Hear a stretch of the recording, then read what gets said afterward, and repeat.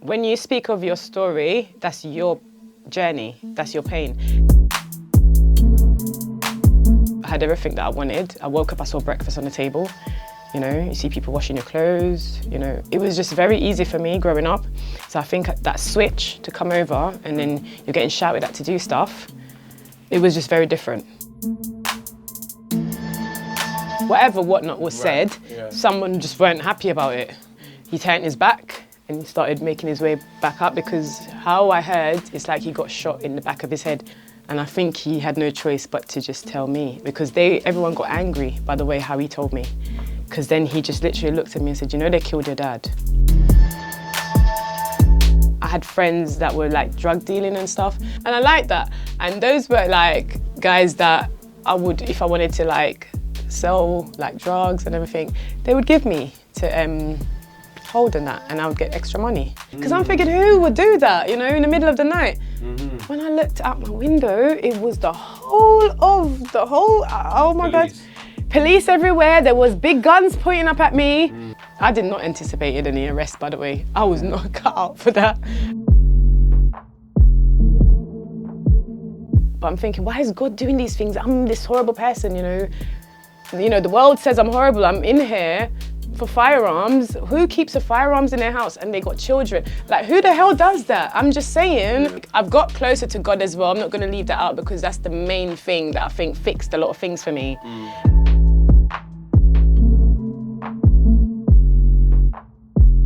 And I'm still that happy girl. They didn't damage that, and I'm happy about that.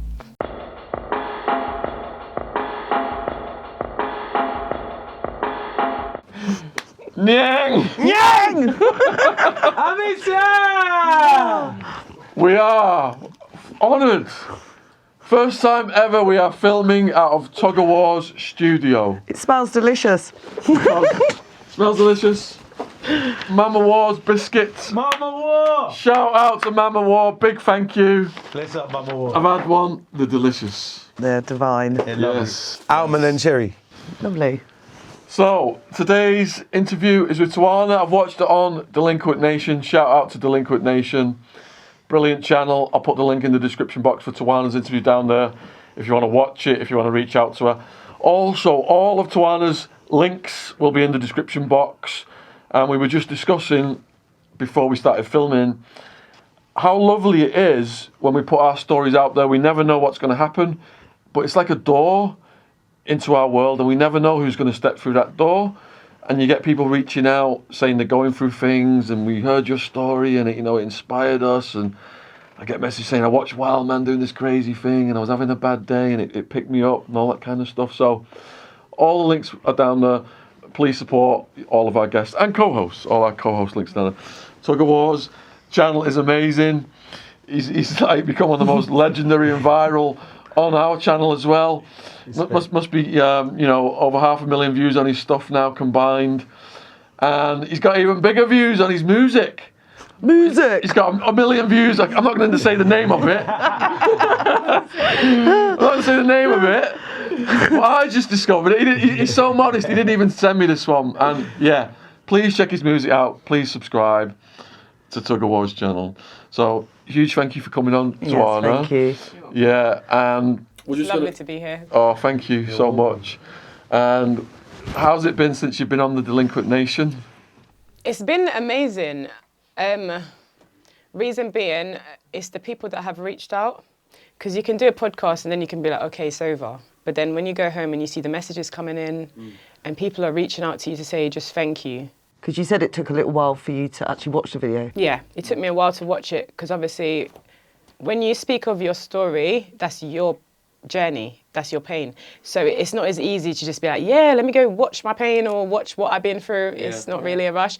But then when those people reach out and when you get the feedback, which I've been posting a lot on my stories, you know, and other people, it's pulled other people in as well that I knew to kind of take me a bit more seriously as well. You know, people actually reaching out saying, thank you for rooting for us, was one of them. And I liked it because, you know, there's a lot of people that are getting released from inside that they don't feel themselves or they've lost that spark that they had. And I think my interview brought that. So it was just a success. It felt good.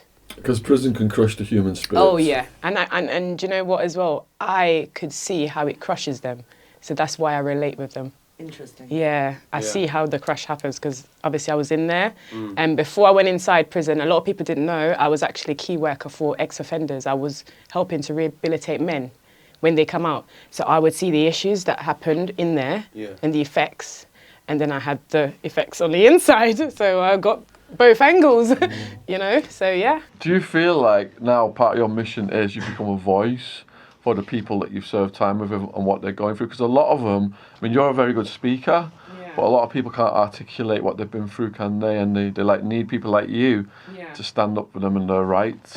I think so. I think the Delinquent Nation podcast, under the comments, I read one of them where it said, you know, the adopted mum and dad thing, that is so me, you know? So it's not just, oh, the prison thing.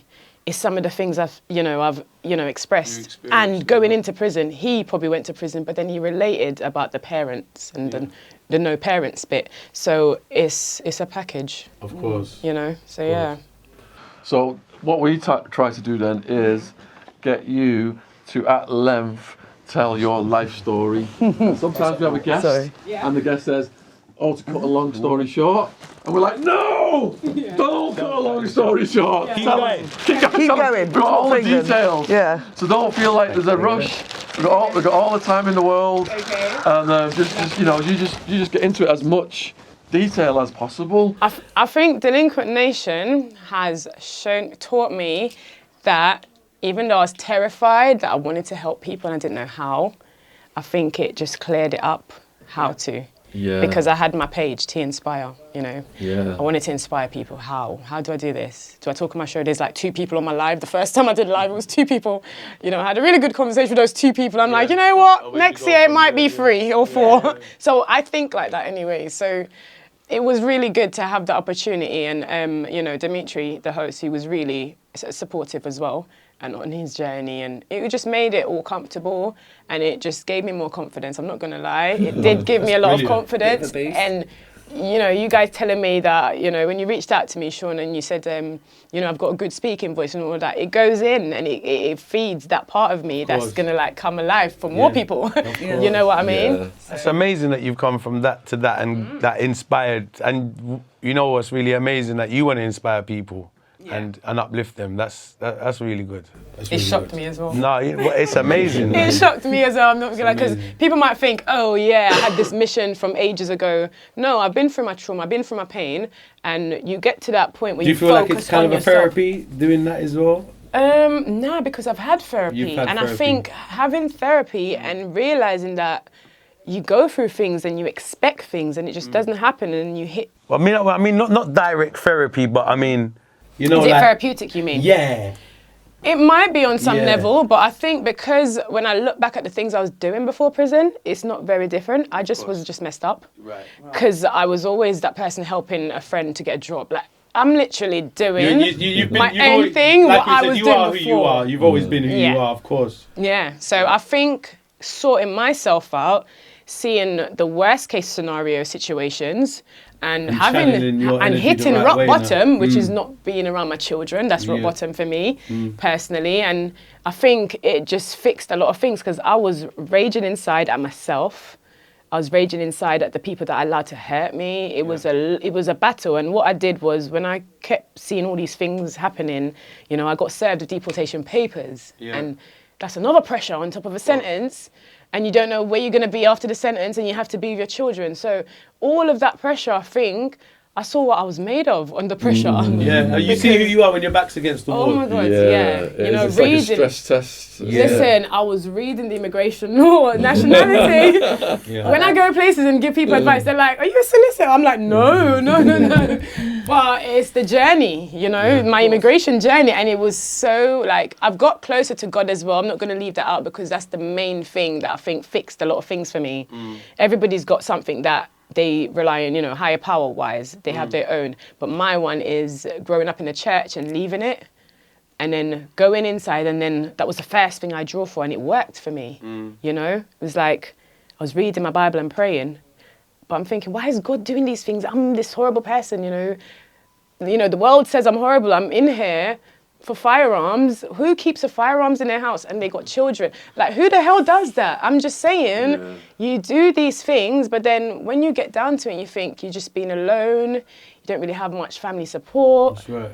And you go through a stage where you're just surviving. You want to make money, and you just make these decisions to make money. You made the wrong decisions, of course. Let's go back to the very beginning of where you grew up then, and what your life was like in your early years.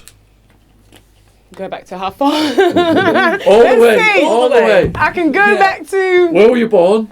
I was born in Jamaica, Okay. in Spanish Town, Jubilee Hospital, to be Tugger's specific. Tugger's favourite place. Favourite place in the world. But I wasn't brought up in Spanish Town. I was Okay. born there, and then I got brought to countryside, Trelawney. Sri Lanka. Lovely. My lovely dad place. brought me down there, and he left me with his sister, and I was with his sister for a while, my paternal aunt, and 3 years I can remember back. And all I can remember was being there. It's funny because I spoke to somebody this week that reached out to me and said, you know, I used to look after you when you were younger. Wow. Really? Yes. Wow. And do you know what's weird, even more weird? My sister, you know, she helped me to get this picture. And it was a picture of me when I was a little girl with that lady. Oh my God. And she said to me that you were such a sweet baby. You know, I just knew you were just going to do something like this. Because Oh wow. the thing is, she said that I was I was always like looking for like, what do you call it? I would not have any mum or dad, but I would always be happy and cheerful and running around and stuff. And it meant a lot to me because I didn't know anything about how I was, you know. So there's me, 3-year-old, living with my dad's sister.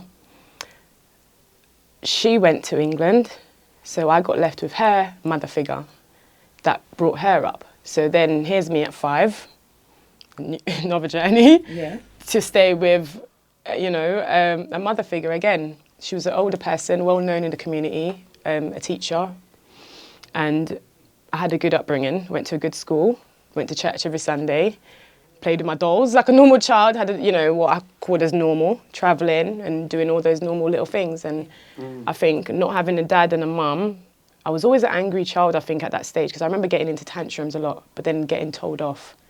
And I think I believed those things from then, you know, when I was young. So that was age 5. Do you know how your mum and dad met? No. No? No. Because the thing is, my mum and my dad, they got separated. And my dad's the sort of person that, okay, then I'm taking you with me. So he took me with him. Now I know why, which we'll go into. Yes. You know, because I've got 2 other siblings from my mum, and I was the 3rd. She didn't raise them. So my dad probably think she probably were not going to raise me. So I got brought to Trelawney to his family. And when my aunt came to England, I stayed, when I was 5, I stayed in Jamaica, I think, for up till 13, which is when I moved here. What was that like then, moving to a different country? Well, my dad passed away at 12, which crushed me in Jamaica. So Oh wow. I think all those times with him, and then that happened when I was 12, I was thinking, do you know what? I don't even think I cried. That was the weirdest thing. I don't think I cried for a little bit because, you know, yeah, dad. But I don't think I really grasped that you don't have your dad. And I think in my behaviours it showed, because I was always very, like, why are you talking to me? Why are you telling me off? It was that kind So of... that's how you was dealing with it. Yeah, I Yeah. just straight away put a guard in between everybody and me because my dad was not there. Yeah. And I think that was hard for me. It just made me miserable. So I believed that person for years that was me. How did you learn that you The had miserable died? person. You mean being miserable and that? Yeah, like You always. just got yeah, used to being like that. Yeah, because Yeah. that was my survival. Yeah. You know, like Yeah. people tell me off and say I'm rude and whatever, and I'd be like, Yeah. you know, Yeah. So it was that. But I think there was much a deeper thing of course. rejection and the Yeah. moving around and stuff like that. Yeah. What was your question? How did you learn that your dad had died? Well, Yeah, talk us My through the aunt- day, the day. the okay. entire day. It was a sunny day in Jamaica on a lawn, in a lawn. We had lawn grass where I lived, so there was lawn everywhere. You'd call it that, you know, in the garden when you got the nice grass. And I just remember sitting on there with my dolls, and I used to collect like caterpillars and that. TMI, but yeah, I used to, you know, catch a little. You know, there was always little grasshoppers and everything. It was just that. So I was just doing all of that, and then I saw my aunt's boyfriend come and went, oh, hey, T. And I was like, okay. And then I ran up and he goes, oh, God. He's scratching his head back. Because I don't think Jamaicans know how to pass on news. Some people, you know. He said, oh, I don't know how to tell you this. I was like, what? And I can't remember what I was saying, to be honest with you. I just remember what he said. Don't know, can't remember what I responded. He said to me, he said, where's Auntie Gloria, which is the lady that was raising me at the time. She went to church, I think, or she went somewhere, and I was there at the house with another family member. And he was looking for her, but because she wasn't there, I think he wanted to tell her first so she could break it to me. Because he's coming from Kingston. And from Kingston to country, that's a long journey. So he's probably thinking, I'm here to tell the lady this, and she's not here. And I think he had no choice but to just tell me. Because everyone got angry by the way how he told me. Because then he just literally looked at me and said, you know, they killed your dad. Oh, wow. Yeah, just literally. Then I froze. And I was like, I remember breathing a little bit funny. Yeah. Oh, wow. Who was he referring to when he said they? They killed him. Who was he referring to? Have you got some, do you want some tissue? Yeah. And I was thinking, I didn't know I was going to do this. But yeah, that day, I just thought of it. Was it like a gang thing, or was it like cops killed him? Or? Funny enough, the story was, my dad is a strong character, I heard, and there was an argument in Connecticut, by the way. He got shot. In America. In Connecticut, yeah. Because he lived in America. That's why I used to visit him and have these nice holidays and stuff. And okay. So you used to fly over? Yeah, all the time. He would either come or I would go, or I'd be getting ready to go, and then he would come and be like, hey, you know, it'd be things like that. So I think the knock is what makes the pain. Of course. You know, so it's like he just went and he was meant to come that Christmas as well. But then instead I got the news. So he was killed in Connecticut. It was basement parties, which I heard they keep that often, you know, have parties downstairs. Yeah. And I think he came home from work and he was sleeping, and I think the noise, and I think he went down once, and, you know, he said, you know, can you guys turn the music down? Who was he living with? Well, I think he lived at, like, what place or who personally? Who? Well, he lived with his girlfriend. Okay. And I think he was sleeping and then he got woken up by the noise, and he went down and asked him to turn the music down, and then he went back up. I don't know if they probably turned the music back up or did it worse. You know, people can be disrespectful. Yeah. And my dad being who he is, man in charge and stuff like that, you know, he goes down again and he said, you know, you guys need to turn the music off, so I'm going to call the police or whatnot was said. Yeah. Someone just weren't happy about it. He turned his back and he started making his way back up, because how I heard, it's like he got shot in the back of his head. Oh. So it's like from behind. Yeah. All over that, just to.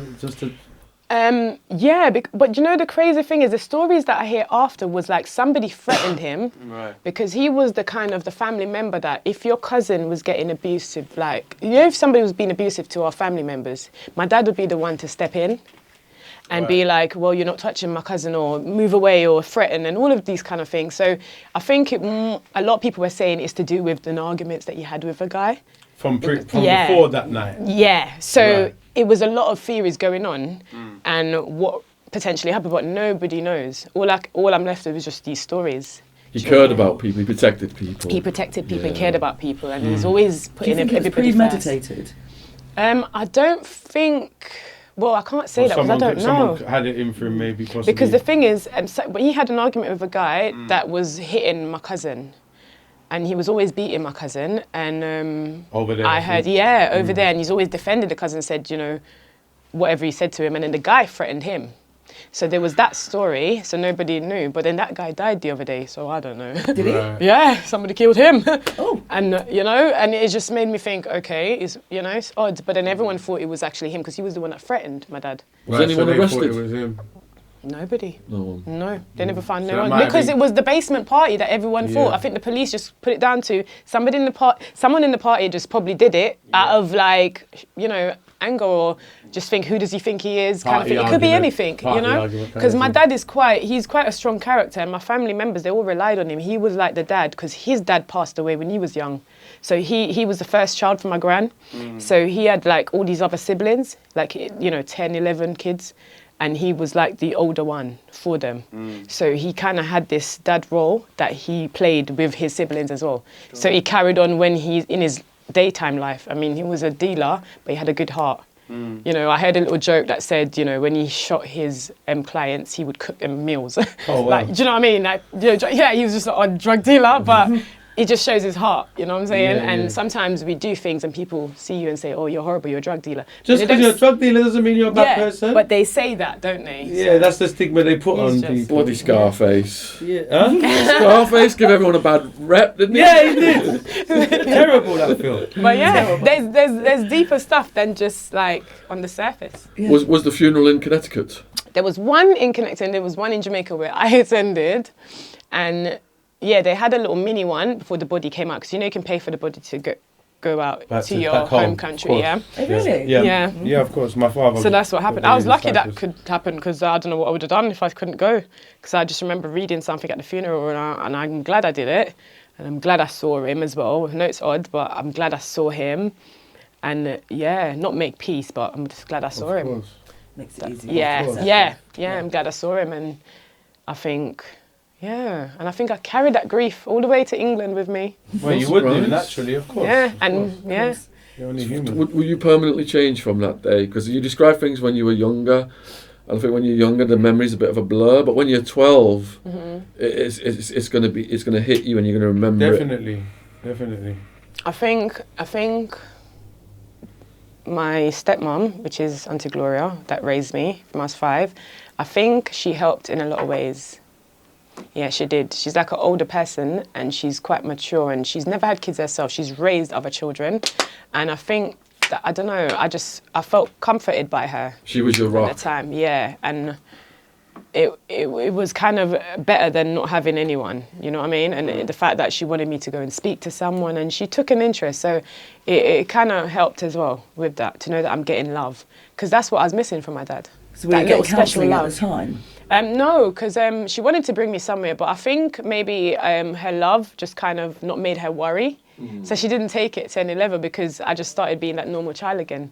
Didn't know that it was buried deep somewhere, because, you know, you tuck your grief away sometimes, don't you?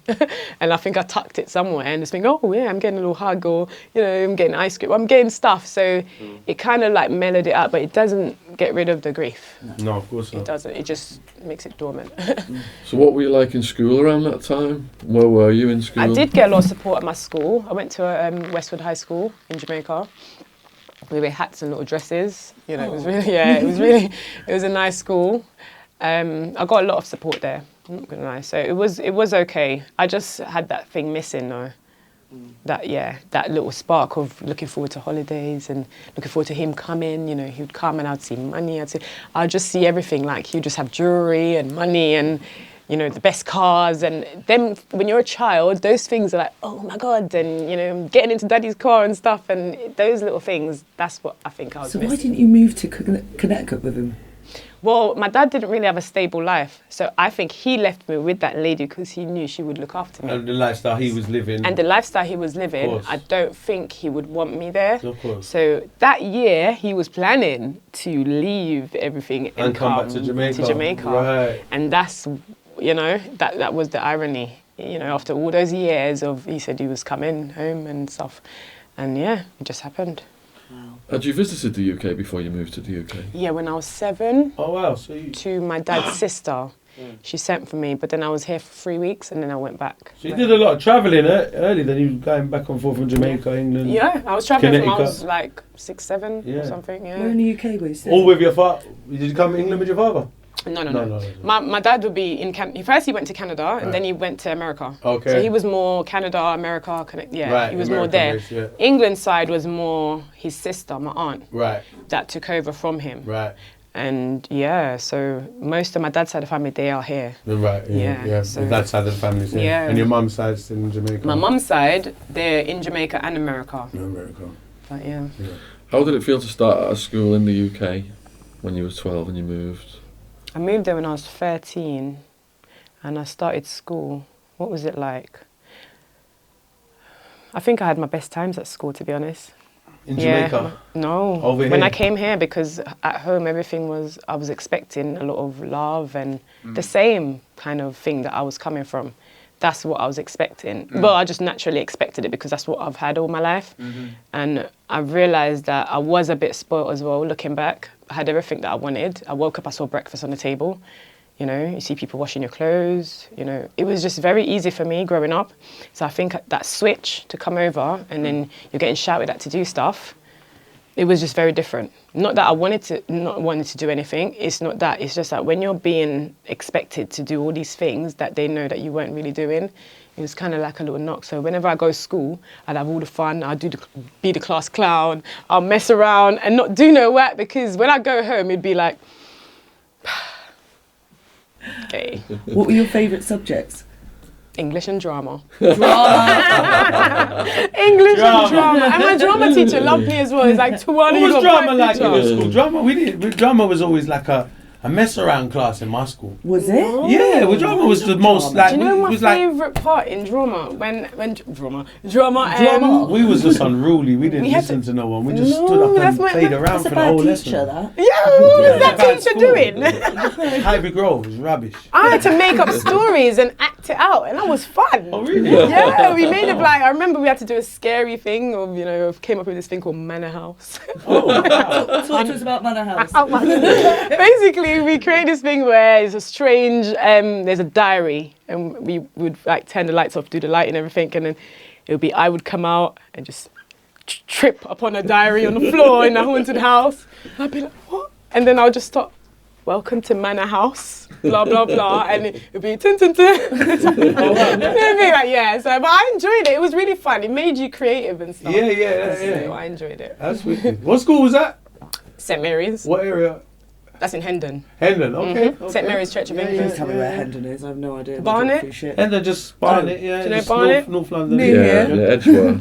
Up the A406. Yeah, not too far from. It's not really in Edgeware. It's like 20 minutes from Edgeware. Okay. Yeah, I but speak it's, at a few schools around there. yeah. So- Yeah. Oh. And I end up It's a working nice in area. Hendon now. Nice, it's quite a nice area, isn't it? Yeah, very. With your personality then, did you make friends quite quickly coming to the I UK? bet you did. I did. And a That's lot of good. people were fascinated by me. They actually thought I was from America. And it would confuse me, but now I'm thinking, because I was traveling there a lot, I think, yeah, because even the fashion, I love the baseball jackets and the you know, the snapback. Even Jamaica's and very the close to culture. Jamaican culture as well, isn't it? Jamaican. America, yeah, we do. It's so because- close as well, isn't it? I mean, Yeah. how long is it? Like an hour on the plane, 2 hours? Not even that. I Yeah. think we adapt the American culture Yeah, more than the English culture. Yes, I've noticed because that. of the music. Yes, I've You know noticed what I that. mean? Yeah, And the Jamaica. rappers- That's the American culture, Yeah. a lot, definitely. And remember, the rappers, they Yeah. go Jamaica like on weekends or holidays. Weekends, yeah, it's like You'd a be in regular. a party, Yeah, and the rappers would be there. Just that's right. in a party. That's right. That's Yeah, when I right. went over there was loads of Canadians and Americans. Oh Yeah. yeah, yeah. Swing Oh yeah, full up. Yeah. Yeah. It's very close. So I think Very Americans close, yeah. do like Jamaican culture. Definitely, Yeah. definitely. And vice versa. And vice versa. Yeah, Yeah, you're right. I'd agree Yeah, with that. definitely. 100%. So what was your goal? You know, like you think, when I grow up, I'm going to be this and that. Did You know what I have- wanted to be? I thought an air hostess. Oh, I did as Oh, well. wow. Right, I was fascinated. I don't know. Maybe it was just like the, you know, the trolleys, and then you go into different countries. Yeah, and yeah, talking- yeah. yeah, and Yeah. like I don't know. I just wanted, and I think every time I travelled, I just liked how they were just like hello, and Yeah, they'd be like posh yeah. and It always seemed like a well-dressed. cool job, doesn't it? Yeah. Yeah, always, yeah. And they're also Yeah, nice as definitely. well. And I think Yeah. I travelled once on my own. Yeah. And you know when you travel on your own as a child, Yeah. the travel agent was the one that's in charge of you. Yeah, so she yeah. was just so nice, and she would bring me like colour and stuff, and I'd be like, oh, she's so cool. Yeah, I want to yeah, do this. they're always lovely, isn't they? Very lovely. Yeah. So I think that kind of shined a good light on me, and Yeah. think, yeah, I wanted to do that. So was there any dramas in your life during your school years? Apart from getting beats when I go home, Right. if I'm running late, I remember just getting hits In with England, random or- stuff. Yeah, my aunt, she just started just Oh wow. hitting me for stuff. I can't remember. I'm trying to remember the worst thing I did, and I don't think it was me ironing a shirt once.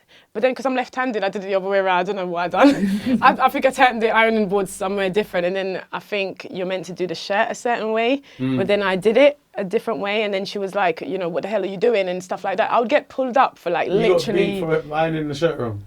That could be one of them, Oh, or if I finish school at 3:15, I'm supposed to be home by 4. If 4:15 was to approach, so I remember literally just shitting myself on the Oh, bus, no. like especially if there's traffic and stuff. Yeah. You know, I remember like I was Must just have like kinda get my hands were anxiety just and sweaty. everything. Yeah, Yeah. yeah, because I don't know what's gonna happen. Because Of if I'm course. getting hits for, I'd work it out in my head. I'm thinking, okay, so if I'm getting hits for that, then this should be oh my Even god. worse, So yeah. I tried to I was always on some timer for something. Like you're walking on eggshells. Yeah, and it would be like, so I just just have all the fun because there was just all this that I was used to in Jamaica. I remember you had local clubs. I would play basketball, netball, go to the beach. It would be always something simple and nice. So coming here now to not go anywhere and just be like, just going to church every Sunday, I resented my faith completely. I was like, hell no, this ain't the one for me, and all of that, you know, which is totally different now.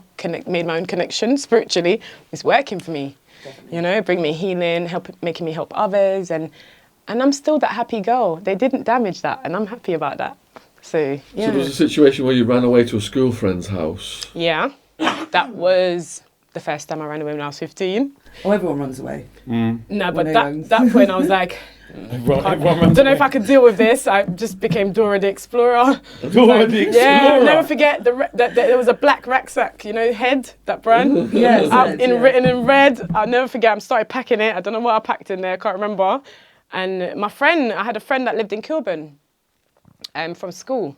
And I was like, yep, I'm definitely going to her house because her mum looks cool, and I'm just gonna go chill and just be there. And yeah, I ran away that first time.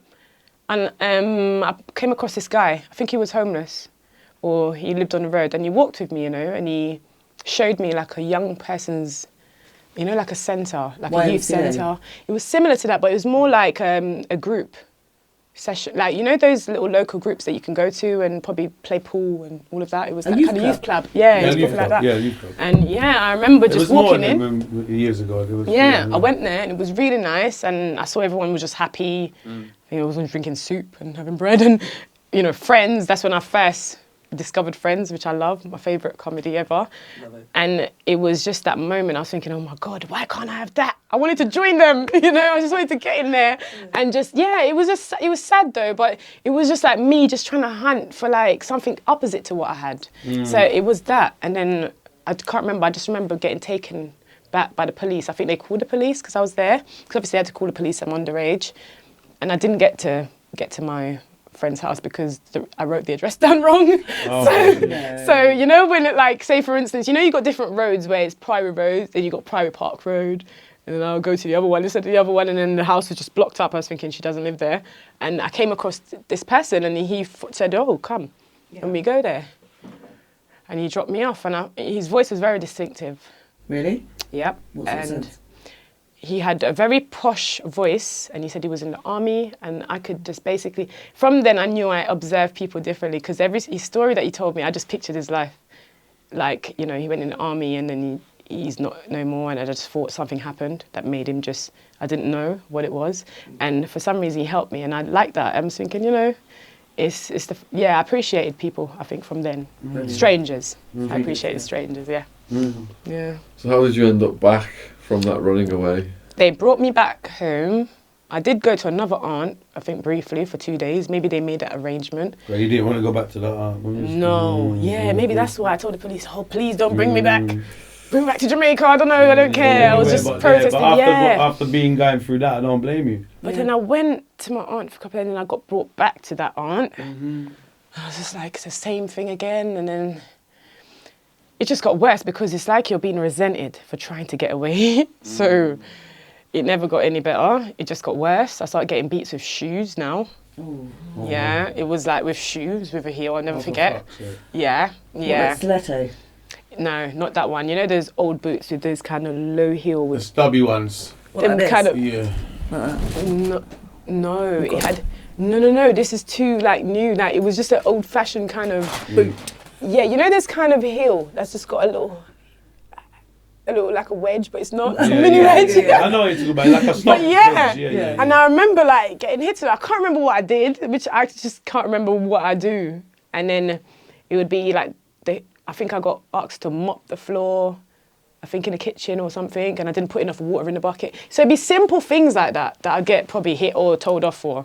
And yeah, and it was how old just... was you at that point now? Like 15. Oh shit. So And you're not a little girl no more. Exactly, and I Yeah. just thought that it was just either anger or screamed at, or I remember I was ironing upstairs once and I heard her coming and I jumped and I think I burnt my hand by accident.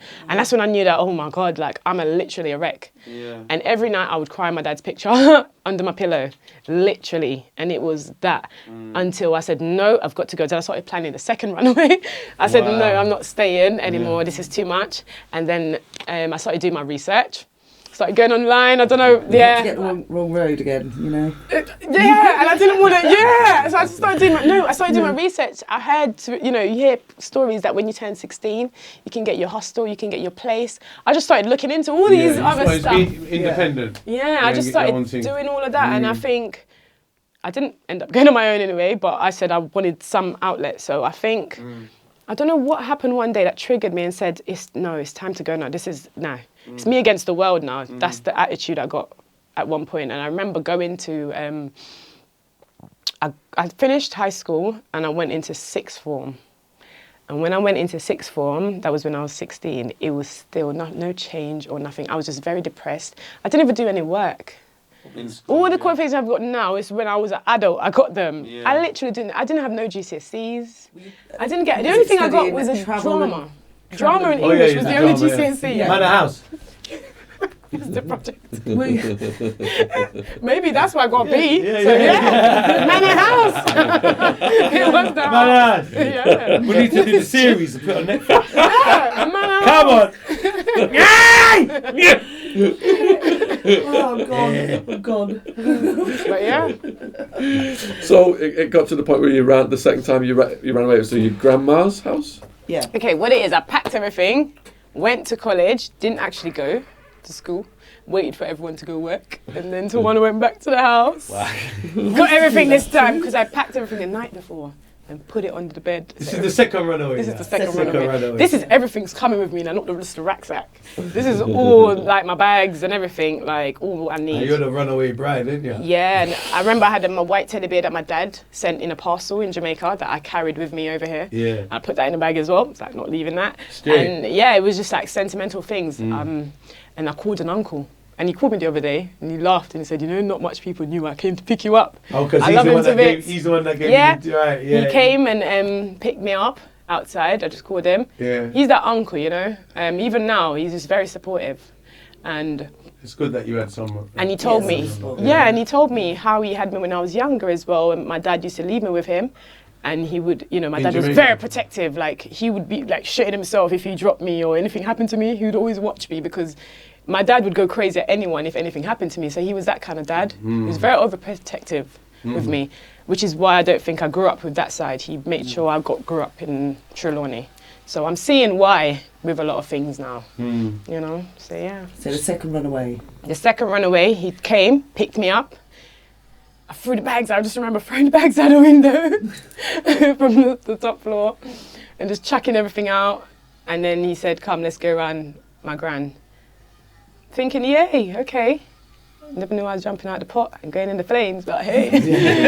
And yeah, I ended up going to my gran, it's very different. Where was your gran?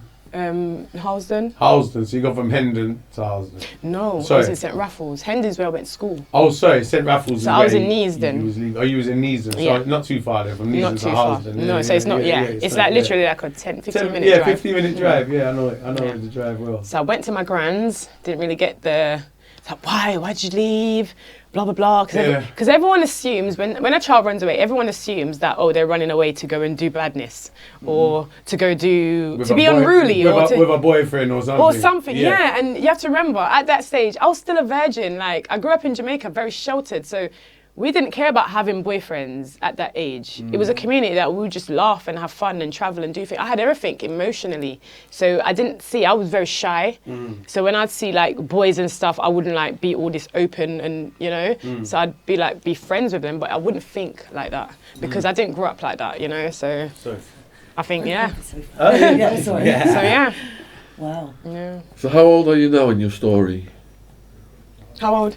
Are you in your story right now that you're telling? What age are you 15, at? 16, when you get to your... Yeah. When you got to, you did 16. 16. Yeah, 16. 16. Because that's when I knew that when you can get your own place at 16.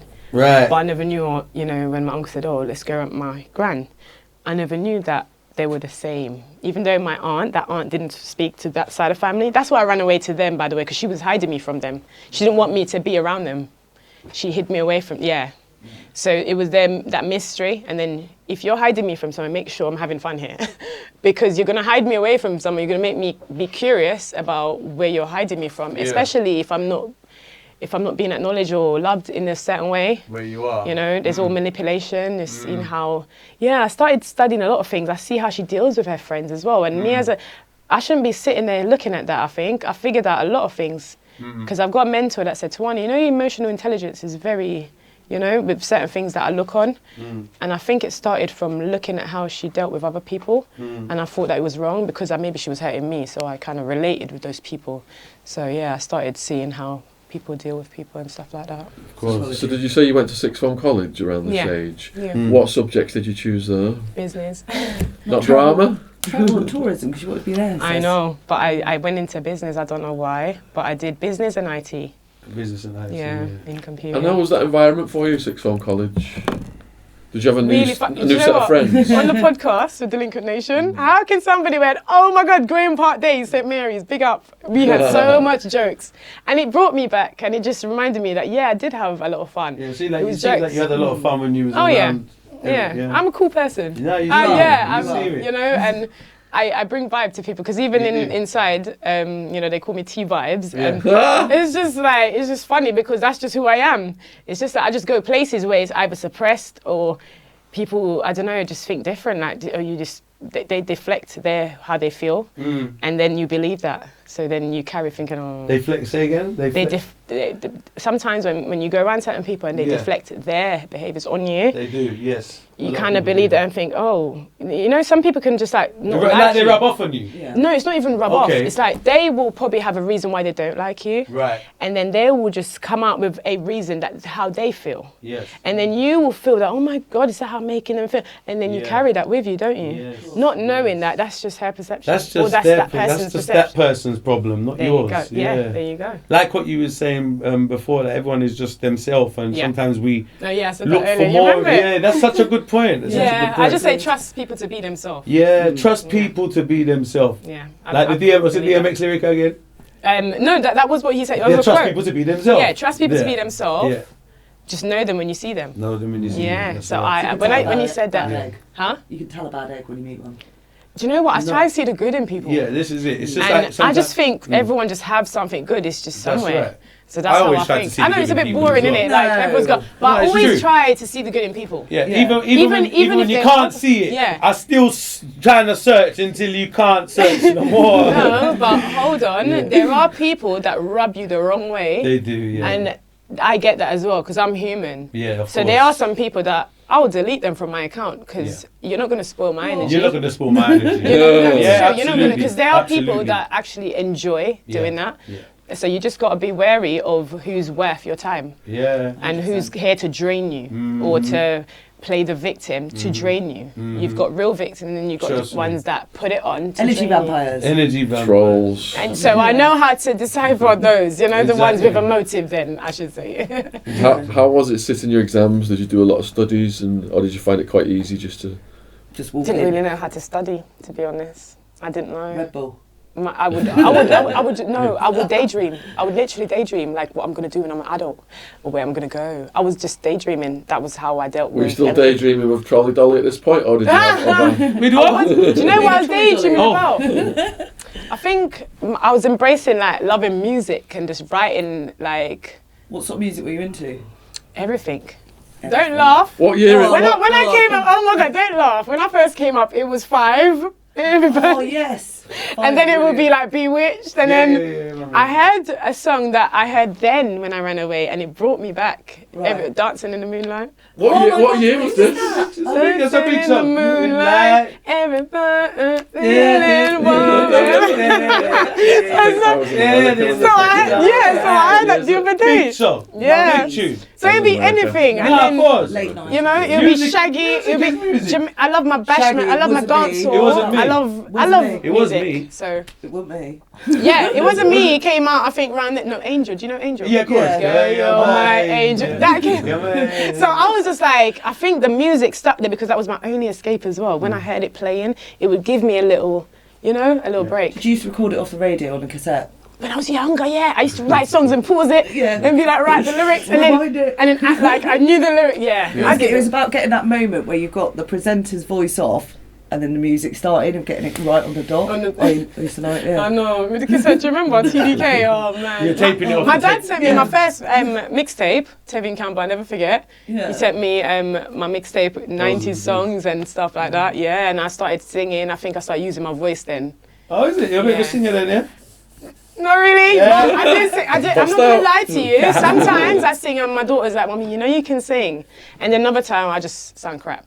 So maybe from the smoking part. Yeah. But yeah, I can do Yeah. a little bit, yeah, because I'm passionate about it, and I Yeah, think being liberated and just feel like, And you you're know, I got creative, control. you're a creative sort of person, Yeah, isn't it? and sometimes like, yeah, because I write a lot of poetry inside, so that's when I saw that side of me as well, and I try to do my little guitar and make little tunes with it.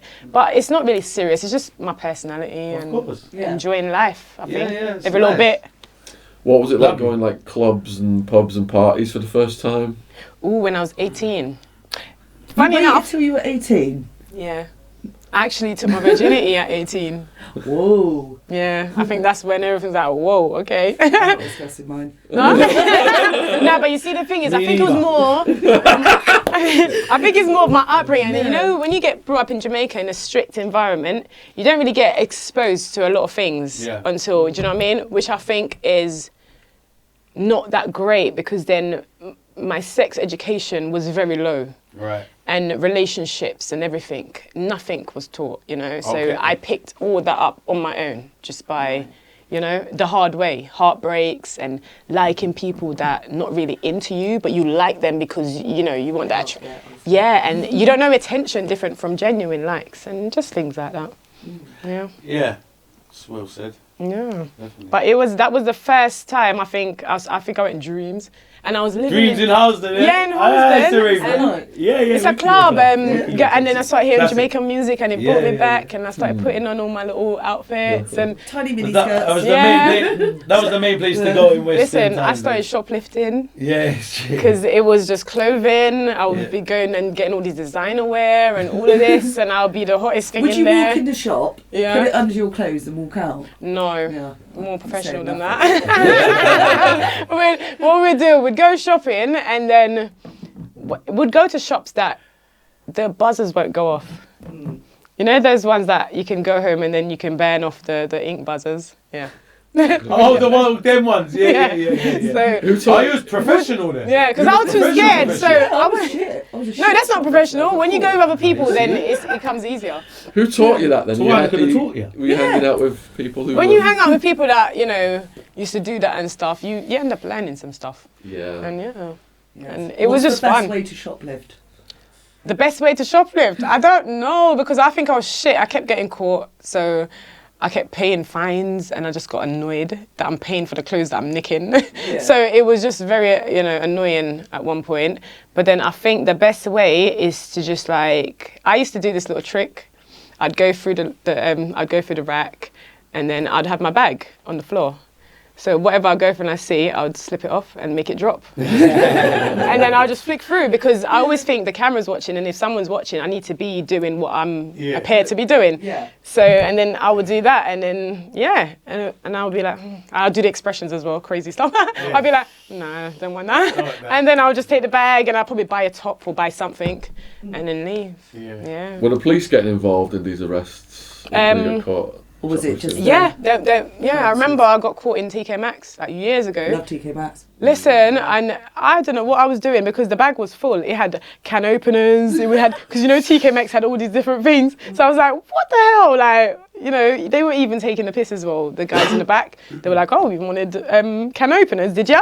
And writing up papers and okay, and all of that. And he just, everything accumulated to like 2,000, 3,000, and he called the police. And I think that was my first arrest. That was your first arrest? Yeah. Where'd they take you? To Hendon. Was it Hendon? So talk us through the arrest. Okay, so they held us in upstairs in the shop because they wouldn't let us. Who's go. us? Me and my other friend that was there, and basically we were there sitting down, shitting ourselves because we're thinking, what the hell's gonna happen? It's the first time I'm getting arrested ever, so I don't know what's gonna happen. I'm thinking, oh my god, I'm thinking about a long life. I don't know what I was thinking. I just thought it was the worst thing ever, getting caught. And then the police came and then they took us. I can't remember what happened between them because it was just like, they didn't really talk to us. So we were just in the back. We got brought to Ealing because it was the Ealing TK Maxx. So I'll never forget, it would be that area. Shout out Ealing TK Maxx. You know? And yeah, we went there and I think we had to appear at court. Caution. I got cautioned because it was the first time. First time. Yeah, so I got cautioned, so nothing really happened. We got cautioned, but then I got a fine. But then the second time I got arrested, it was breaking a conditional discharge. Yes. Exactly. And then for that, it was just like another fine. And it was just fines all the time. Better That fines. your skin. Better unpaid fines. Listen, and you know the mad thing about it? I was always working as well. Every time I'm doing something bad, I would always have the head screw on here, and then another side that was just unscrewed. Like, it was literally trying to get through life, and I would literally be letting myself that. Yeah, I'd be doing something to mess this up, because I'd walk in job interviews and it'd be like that. Like, I was a recruitment specialist for like years, and I loved getting people jobs. You know, I liked it when they were struggling with their CVs. I'll do their CVs. I said, no, that's not the way. No, you got to do this and you got to sit. And I was just getting them ready. So anything I put my mind to, You can do it. yeah. That's how it was. And yeah, and I think I didn't really see my worth, even though I was doing that. Looking back, I didn't really thought it was nothing. It's crazy, right? And I was helping so much people.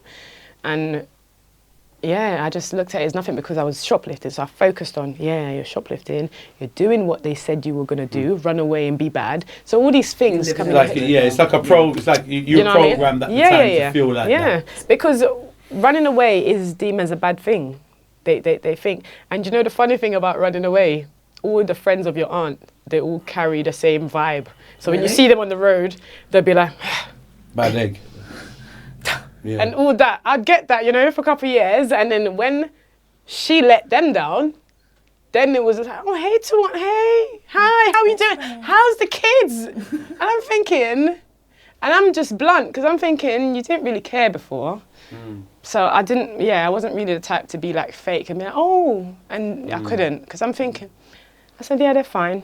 And I just looked at them, and that was it. And they went, oh, take care of yourself, because they clocked that I'm not in a conversation, because you guys looked at me like I was doing something bad. Yeah, but then now exactly. she's let you guys down, They were judgmental. and she's losing her friends. They're all trying to Gravitate focus back in to my, you. yeah, and I'm a Leo. Come on, like, don't know if it's a thing, but You're what's that? no, I said I'm a Leo. Like, I'm a Leo too. you know, I'm just saying. Okay. So, Tawana, you said you were at your grandma's house then. What was life like for you in there? Okay, I think all I can remember was feeling a lot more free. I was 16, you know, I was getting attention, especially being in the area where a lot of people knew other people, so I was like a new face. So, you know, see all the drug dealers in the area, all the guys that had money and all these kind of lifestyle, they would notice me and stuff. And I think from then, it was just like, oh, going parties, dressing nice. That was always like a number one thing. At my gran, it would kind of be a bit of like, how do I explain it? It would be more. Excuse me. What the fuck Sorry. is that? Excuse me. Okay, and you get it out. Let's You're lucky. You're glad for editing. I swear to God. They ain't got You need to anything. keep that in. What? It's what it is. You know, without I can see the pluses and minuses of keeping that in, Jen. Are you okay? without gas, Oh fucking god. you die. The fumes in this room. You are should be fucking happy going. when you hear somebody fart. I'm being honest with you. I'm dead serious. It's a process. If you don't fart, you die. If you don't burp, you die. Yeah, let's keep part all of this- life. We'll keep all this in. Tawana, could you just repeat that sentence because the burp overrode it? Okay, basically, Excuse me. I just started going out, Yeah. going shopping. I had my job, my part-time job, plus the shoplifting. So I would always be looking nice in the new clothes and new brands, and that was the highlight. I wanted to carry on that feeling of, looking nice. Started raving, started going out, had my first boyfriend. That's when I'm looking back. What That's was your when I first think. boyfriend like? He was quite handsome. He's like tall. He's mixed race, and he was like, I don't know. I liked his personality, and we met at a house party, and it was nice, to speak to someone different from my family, because when you grow up sheltered and you're having all these experiences, it's quite fresh. Everything's just new and fresh. But then my family would, give me a hard time about him, because believe it or not, in some black families, they don't want you dating other people from other race.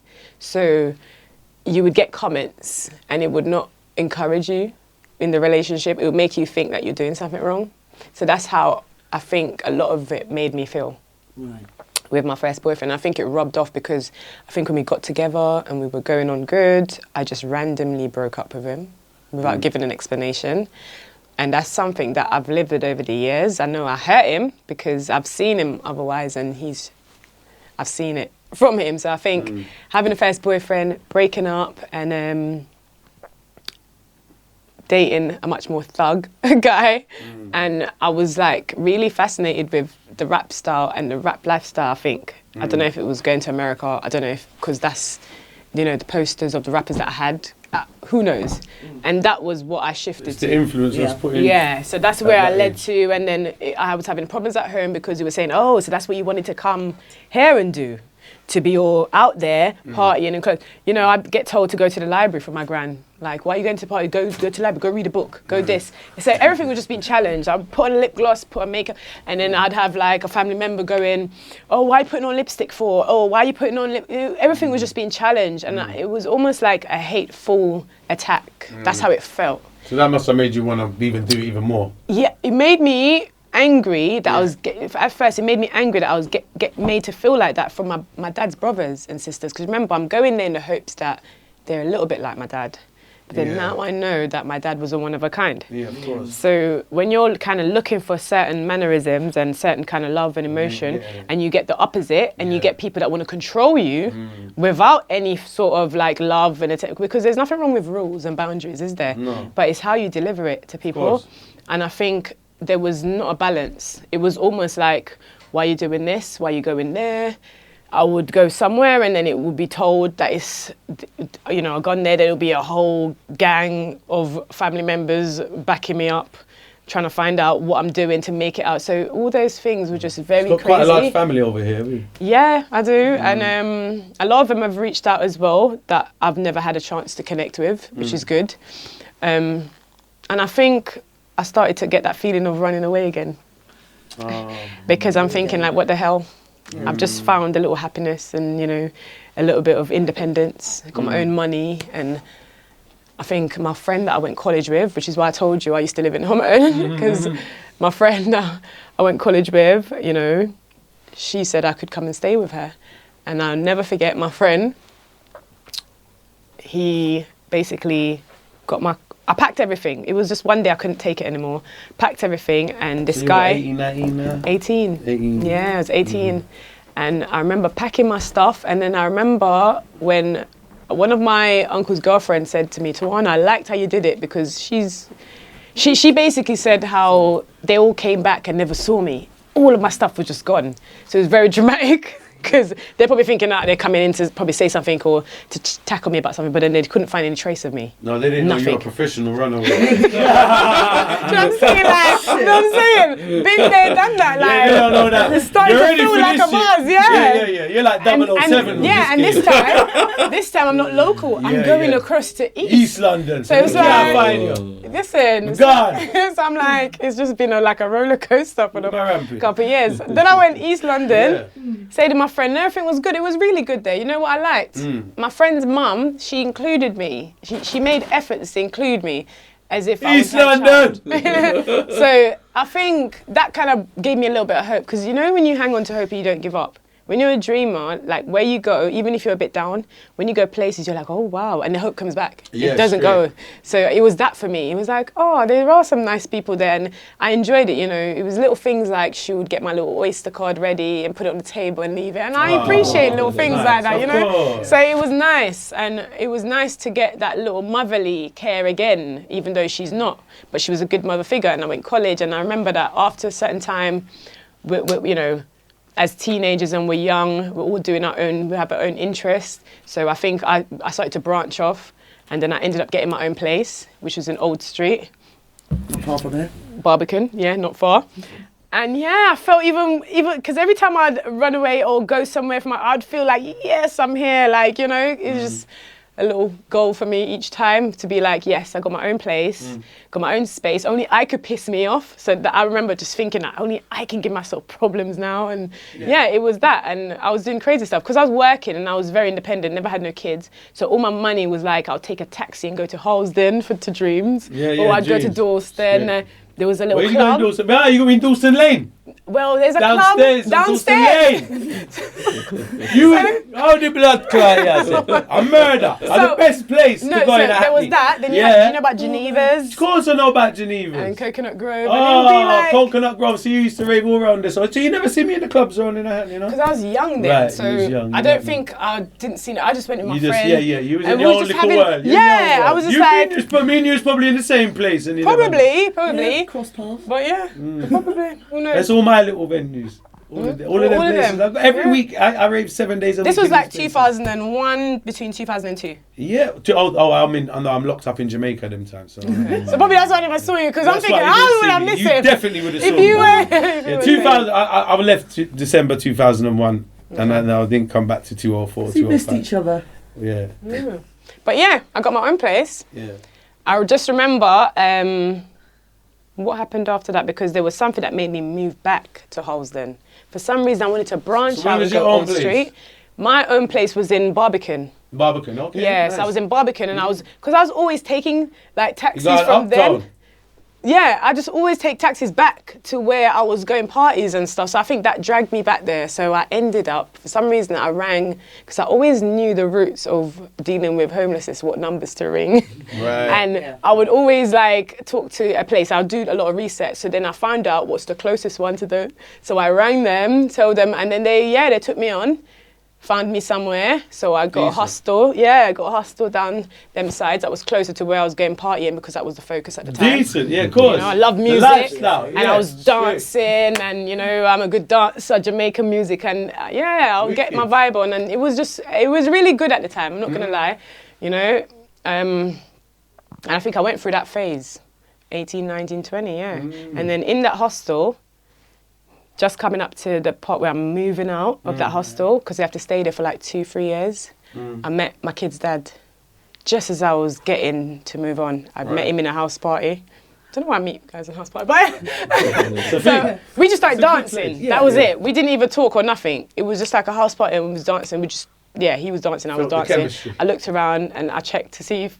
Because you'd be like in clubs, like people would just come and dance with you, thinking, who are you dancing with? So then I remember looking around and I thought it was all right, and then I just carried on dancing. Yeah. And I remember one of my friends were just like recording it, and it was a good night.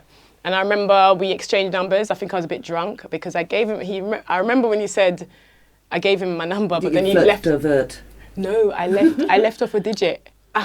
And I thought I gave him the full number. No. You was drunk. Because I liked him, so I gave him the number, but then he guessed the number from 1 to 9. You're joking? Yeah, you find it out. Yeah, that's as you do. So when he told me, I was like, It's you're only lying. one He said, digit, yeah. right? And I saw in his call list where he tried the 1, 2, 3. And it was just funny. What was it? What, the number? Yeah.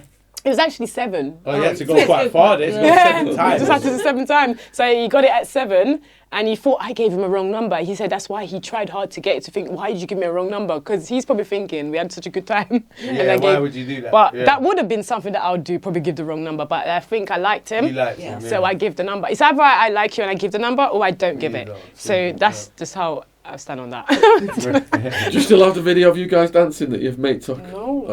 Oh, we can put that I up. know. We're going to put that in. I haven't. But then, yeah, I met, and then I ended up getting my place at the same time. So it was really weird how I'd met him, just got my first flat, and, you know, it's mine, and I felt like, oh my God, and he held a party for me, a housewarming party for me at the house. And I'll never forget that. It was one of the biggest parties ever that they were even talking about on the radio the next day. Wow. Oh, wow. Because I think he made food, and he's a chef, so he's really good at seafood and all of that. And everyone was just like eating, enjoying themselves, and talking about this party was. I was like, oh my God, he kicked the party for you, and everyone was just like, and it felt nice, you know, that, you know, meet someone and they're keeping parties for you, and they just making sure they're taking you shopping and just giving you that nice. Yeah, he was looking after me, and everything was good. And then, you know, I tried to have. I always wanted kids, so I think after a year or 2 years of being together, I was thinking, how come it wasn't happening? How old are you at this point? I was like 21.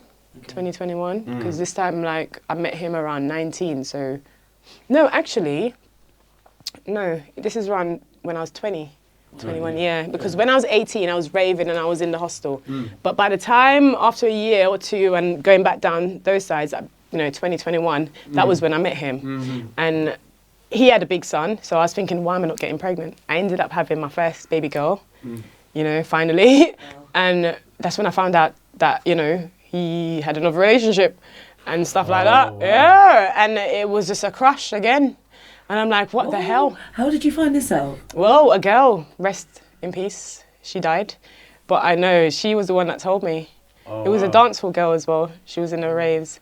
And she said to me, she said, you know, because I think everyone was like, because she was so beautiful. She still is, my first daughter. She was like the prettiest baby ever. And she was just so cute and so quiet. And everywhere I'd go, everyone would be like, oh my God, she's so gorgeous. So it would be compliments. And then the girl would be like, oh, she's so cute. You know, like I saw him in a club with someone and stuff like that. And that's when the first time I heard. But then when I heard, I started doing my own research, which is to look on the videos. Because those times parties would be recorded. So they'll be on DVDs. So I wanted to see for my That's right. Yeah. You can get parties for like if you say the name of a party, you can go on the YouTube DVD. and find it. They're probably on YouTube now. Me? From which No, time? the dancehall raves. No, the dancehall in the dancehall community, you got like video ropes and other video guys. They religiously go around to every event. When you go to parties, they go around in events and then they sell. Yeah, I could show you at so many events. And people would buy them. And they buy the DVDs. So we'd buy the DVDs after. Wow. Hence, like all the dancehall events. So even That's like when I Sting, saw it's gone from VHS tapes to DVDs, isn't it? Like, DVDs. DVDs more. I want to see one. Oh yeah. You can go on YouTube and just type in. Maybe you probably see the ones in Jamaica, but yeah, go on YouTube and you can find it. What was this one called that we're talking about? The one that he was in with the girl? Yeah. I can't All the viewers are going to be like trying to find it now. No, but you know what? I don't think it was a specific party she told me about because it went. No. I just wanted to check the other one because if he's been to that one party, I'm sure he's going to be at another one because the dancehall parties would be the I used to know a lot of going. girls that used to do that. What, like, go there? I've been caught out on DVDs before. Oh. Yeah, because when you guys are in there and girls are pushing up on you, it's going to be like, oh, get away. They're not going to say that. And then you always have girls that want to make it known that, yeah, I'm sleeping with your guy. Yes, that's do you know what I mean? So it's kind of like an ego thing. Right. It is. Yeah, you do have some girls that they see that they want to go in the club to make trouble. Yeah. They go in the club to flirt with the guy to make the woman upset. But the thing is, my kid's dad and me, we used to keep parties and stuff. So in the community, we were known to be together. So someone trying to step in, they would know that he's got me, and you know what I mean. And it would just be they don't care. But at that point, you got girls that are even trying to do it for that sake. Kind of thing. Yeah. Exactly. So what did you see on your surveillance tapes? Well, on the surveillance tapes, I saw her not far from him. Right. And that's when I knew. But then when I asked, it would be like denial. But then I would see myself. Yeah, you could tell. But then he was hiding from the camera. Well, the paper bag was there. No, he was just trying to I could see him kind of dodging because the camera. That's because right. I can only imagine the camera was probably trying to be really let me just show this because he probably knows that. You know, he's not meant to in be these events because the cameraman will go around and he's got the Yeah. video You do light that, and not James. everyone likes because there's a lot of people in the event. I used to go with friends, they'd be hiding in the corner the whole night. I used to go with one mate, he'd be in the corner the whole night, and I'll be going down, I'm there, he's left me, he's in the corner hiding the whole night. Yeah. Because he don't want to be seen on the camera for X amount of That's why. reasons. But or then whatever, it was too late because then I found out. And I think when I found out, there was a big period where he was like denying it. And I kept catching him out. And it was just one of those things where it took me a while to let go from it because I'm thinking this was like, I was anticipating having my child and everything was good. So you're not expecting that he's got someone else. So that's where I think my loyalty just went out the door. I was like, okay, then forget you. So it would be more where I didn't respect the relationship and everything. And I just looked at it as nothing. It was sad because I ended up having another daughter. So we made up. And, you know, the girl... So you stayed together? Though? Yeah, because after a while, he said, you know, he broke up with the girl and then we kind of sorted things out. We get back on track. And then I would have my other daughter and it would just be that. So we'd be on and off. But because of the ties from the first Was he there one... from birth? He was, yeah, for my first one. Second? The second, no. He got late. Got there late. Oh. And then the third one, he got there late as well. Oh, was he at work? Yeah, he works. He's a chef. No, but was he at work while he was late? Yeah. Yeah, okay. Not for dancing on DVDs. Oh, no. No. I think more when I get pregnant, those were happening. Why? When I had my first one. Oh, that's not very nice. Yeah, it's not nice. Do you know what? I think the whole experience was just not nice. But do you know what? The best thing out of it was having my girls. And I think it was a mission where I'm going to have my girls either way. I became the mentality of my dad. I didn't really need you, really. I wanted my children. So it got to that because of the cheating. Yeah. So it wouldn't be I'm tricking him or whatnot. It would be that you've shown that you're not the person for me. Yeah. But also, I do want my kids. Yeah. So it's kind of been me and my kids, and it's always been like that. And I think I heard more cheating stories after the second one. And I think that's when I was like, that's the final straw. I'm never going back to him. So I broke it off completely. And then when I broke it off completely, I found out I was pregnant with my third. Oh, no. Yeah. Oh, yeah. Kylie. Yeah. And I wouldn't change a thing because Kylie's just so amazing. She's like the star of the, you know. And when I say the star, she's just outspoken, want to do this, want to sing and want to, come on, mommy, let's do this. Like, I do it. And she'll just randomly do these stuff. And she's just full of life. Yeah. Not that the others are not, but they all have their different personalities. And I wouldn't change anything. But it kind of made all the bad stuff that happened in the relationship worthwhile because I'm left with the treasures. For a reason. Yeah, and you're left with the treasures. As a mum, you know, you spend more time with your children when you separate from the guy. So it's kind of like, this is what I've got from it. And I try to enjoy them. And now it's easy to enjoy them because they're such like, yeah, they're so proud of me and they show me support as well. Yeah. And it helps. And they're grown now as well. They're grown and, you know, my oldest is in high school. My second one, she's going to go high school this September. No, you know, and they're all just they're so loving. Oh, that's really nice. Yeah. So you kicked the dickhead to the curb. What happened next? After when we broke up, he didn't really take it well. He started spiting me, not giving me anything for the children. Like literally, it would be like, it was almost like if I don't get back with you, then you're not getting anything. So it would be where I would struggle on my own. I would literally be on my own with my 3 kids because I wouldn't go back to this man. It would literally be withholding money, like not ringing or checking up on the kids. It was literally horrible. And a lot of people don't know that because everyone just sees him in the good light as keeping the kids when I was inside. But nobody knew the struggle I had leading up to going into prison because we were not together for 2 years before going inside. And those 2 years were horrid because there was times when I would have to, you know, call and ask for things that I shouldn't be calling and asking, but because he wants this control, right, and I would have my independence, so it would be where you're independent, but you need to call me, and then I'd call and ask for things, and that would be an argument. Right. So after a while, it'd be like, I'll go get my fucking money myself. That's what came out of it because I was so frustrated. Well, so it was just building up, and it would just be like, well, I can deal with stuff myself. So I had my job. I'll never forget, I had care work at the time. I was a care worker. And, yeah, having my own money. And then I had friends that were, like, drug dealing and stuff. And, you know, I'd rant about him, and they'll be like, yeah, man, he's such an idiot. And then I'll hear, like, people backing me up, you know, like, saying, yeah, he's such an idiot, and agreeing with me. And I like that. And those were, like, guys that I would, if I wanted to like sell like drugs and everything, they would give me to hold and that, and I would get extra money. So it would literally start extra from money was handy at the wanting money, and it was Yeah. more for security because I think I had a loss for some strange reason, because I didn't. I had my own money. I was always working, and I just remember like even my friends were saying the other day. A friend I had years ago, she said, "Tawana," because I'm telling her how simple I am now. She's like, "Tawana, do you remember all these bags of clothing that you used to buy for the kids, and the kids would have like all these shoe stands, and it would just be that for me because I always was scared that they would never have. So I always tried to overcompensate. Of course. And if there was money, I would know I need to go and do that. Do you want me to, hold stuff to? It was always like trying to get money on the you side. didn't have to rely on anyone for the money. Oh, hell no, No. because what I did get from certain family members though on Facebook, which made me fall out with a lot of them, they would often make comments because I'd have like big parties for my kids. I remember having a big party for my first daughter. She was 4. Right. And I hired like Hello Kitty Oh, I love Hello mascot Kitty. and just made it nice for her, and it was a nice big party. And then I'd have family members be like, "Oh, so it's good to go to this party because so we're not feeding the whole town."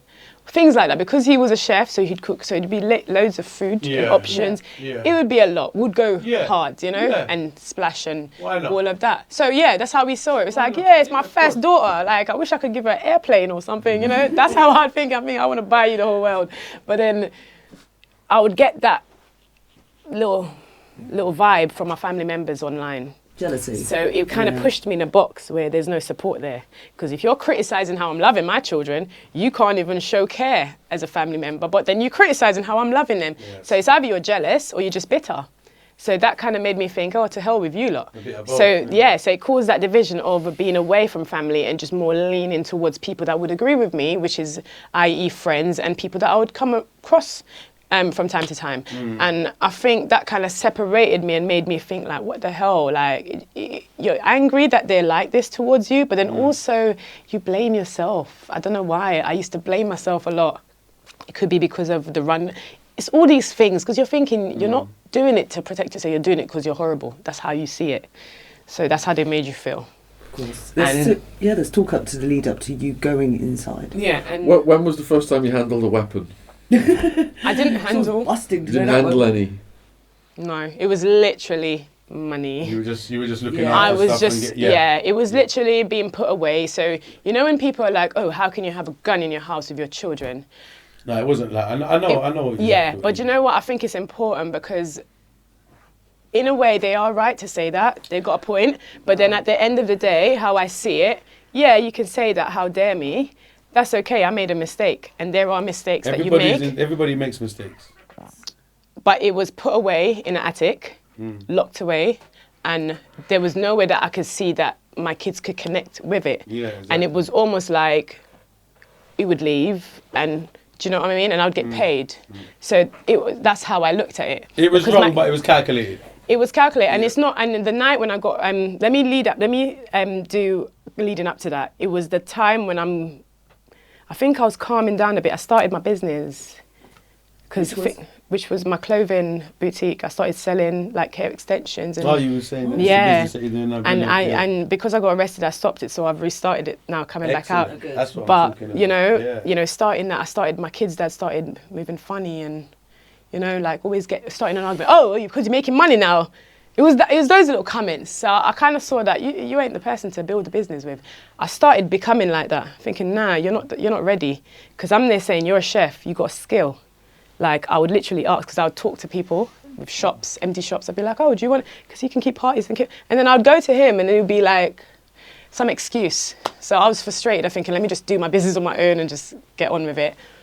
It was like that for a while, and then. Obviously I wanted to get the things out of my house. So that night was when one of them had to leave, one of the guns had to... How many did you have? 2. 2. Yeah, that one was the big one that the guy came to pick up. I was at my friend with my kids, and because I was working night shift, their godmother had them that night. So they were staying with their godmother. I got the text because I told the guy that, you need to get these out now. And, I got a job, I'm good. So You it don't was wanna that. you was like, Yeah. you don't want to do this no Yeah, more. that was me Right. exiting. So Right. it was finally, he texted me and said, yeah, the guy's coming to get it. Right. Really and truly, they should just come and take it. But what it was, Shut up! basically, I got the text. I was chilling with the kids at my friend's, and literally the guy is on his way. So that was me knowing that the guy's coming to get it out my house. It was only one he was coming to get. Right. I never knew. So he took the one, which was the biggest one with 25 ammunition. Right. And I never knew he was being followed by Trident. Trident was following him. And funny enough, okay, don't laugh, but I saw a white van across the street. Yeah. I was like, are those your mates? Yeah, he thought it was the mates. Funny. I was like, who are those people? He goes, oh, I don't know. And he looked at me like I was crazy. I was like, okay, let me just not. Yeah. Because Like, he was confused. he, as no, well. he was probably thinking like, my sharks, like, you know what I mean? Well, if was it? Did he maybe he wasn't aware of the. No, he wasn't. That's the thing. It was just like one of those, because it's like I live near on the main road then. So it was just so like there a was whole- cars yeah, would you park. wouldn't have known. No one yeah, would have known. so it could have been like a Yeah. Sky Yeah. work car. I don't know, works for Sky and just parks his as van. they do. But then it was Trident. Yeah. Can you explain to the viewers what Trident is? Trident is an operation, a police operation team where they hit people's doors down. Bust their And- doors down. Yeah. Yeah, and they're been the raided ones by that Trident they're like before an operation for team guns. for guns and that, because when I looked Probably anyway, came through my door.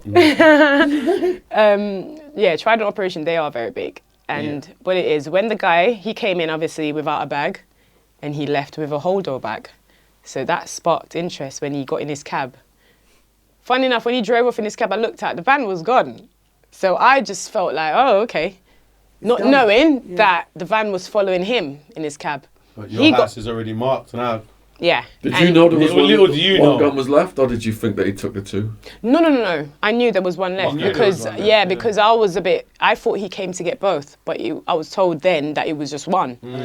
Not knowing that it was Oh, just you a didn't waiting know? game Okay, to get to go rid and of get the other one. I just Alright. thought it would have just been one thing, One which lead, yeah. would have worked out well for me if he Yeah. took everything, but it didn't work out. So I got the money for the big one, put it in my fruit bowl, because Yeah. it was written in my case notes, like money found in the fruit bowl. I know. And then, yeah, he got pulled over. I fell asleep. I remember I was going to actually go back to my friend's house because it was late. I said, no, let me just let them sleep and then I'll just go there in the morning. So I just went back to sleep. If I left probably and gone, then they probably wouldn't, you know. But I slept, and then in the middle of the sleep, I heard a doorbell, like someone put their hands on the doorbell, like really loud. Like, you know when someone's hands is like pressed on there, and it was just that loud noise, continuous. I was like, what the hell? Because I'm thinking, who would do that, you know, in the middle of the night? When I looked out my window, it was the whole, oh my God. Police everywhere. There was big guns pointing up at me. There was police in a vest. There was police in normal clothes. There was different. I've never even known that police were just in different kind of police clothing. They came for you. Yeah, and they had all came for these you. You expect the radios. tie. And then they were shouting as well. And they were like, is this 108? Yeah. And I was like, yeah, why? I know. Don't ask.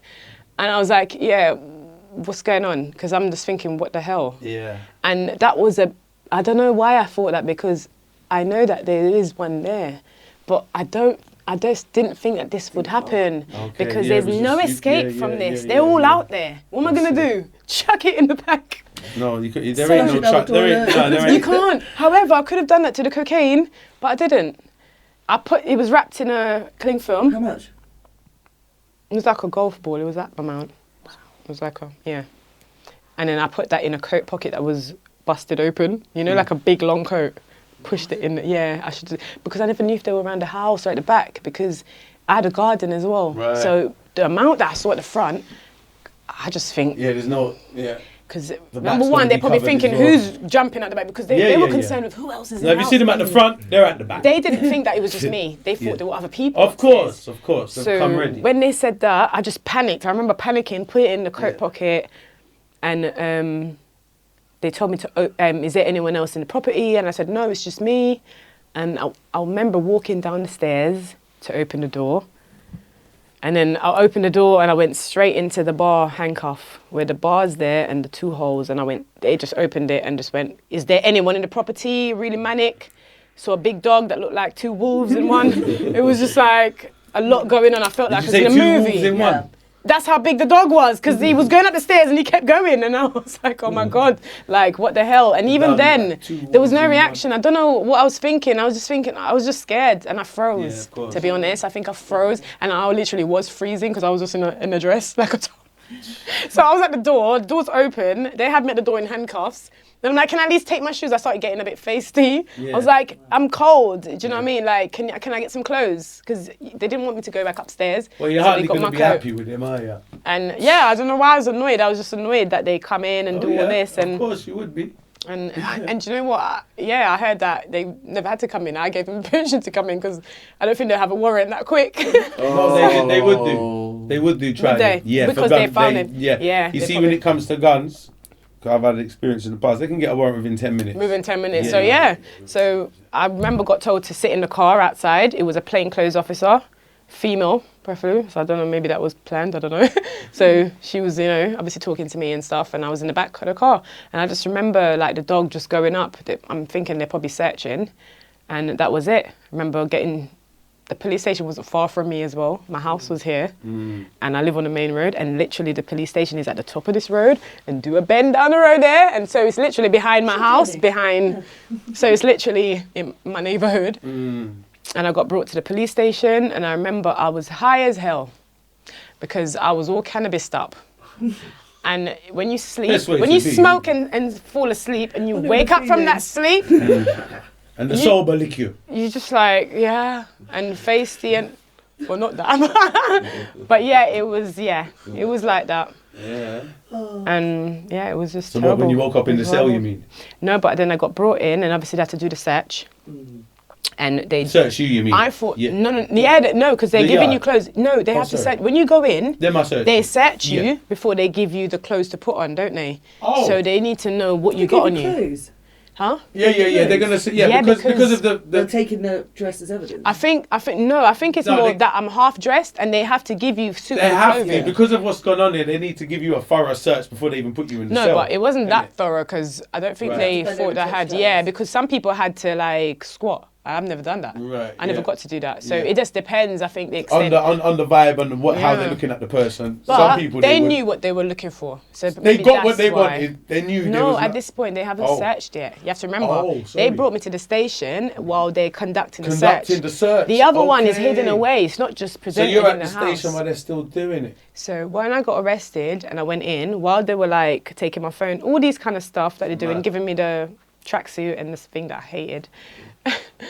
And I just remember going in the interview room, and I had a feeling that, okay, they're just gonna come and say they found the other stuff. I was just waiting at this point, because I knew they were gonna say all these things. And I remember getting questioned. I was answering very weird. I kept going, because you look at your paperwork in the prison, when you look at your case notes What and were stuff. your charges at this point? Possession of firearm for sale or transfer, because they found the money in the fruit bowl.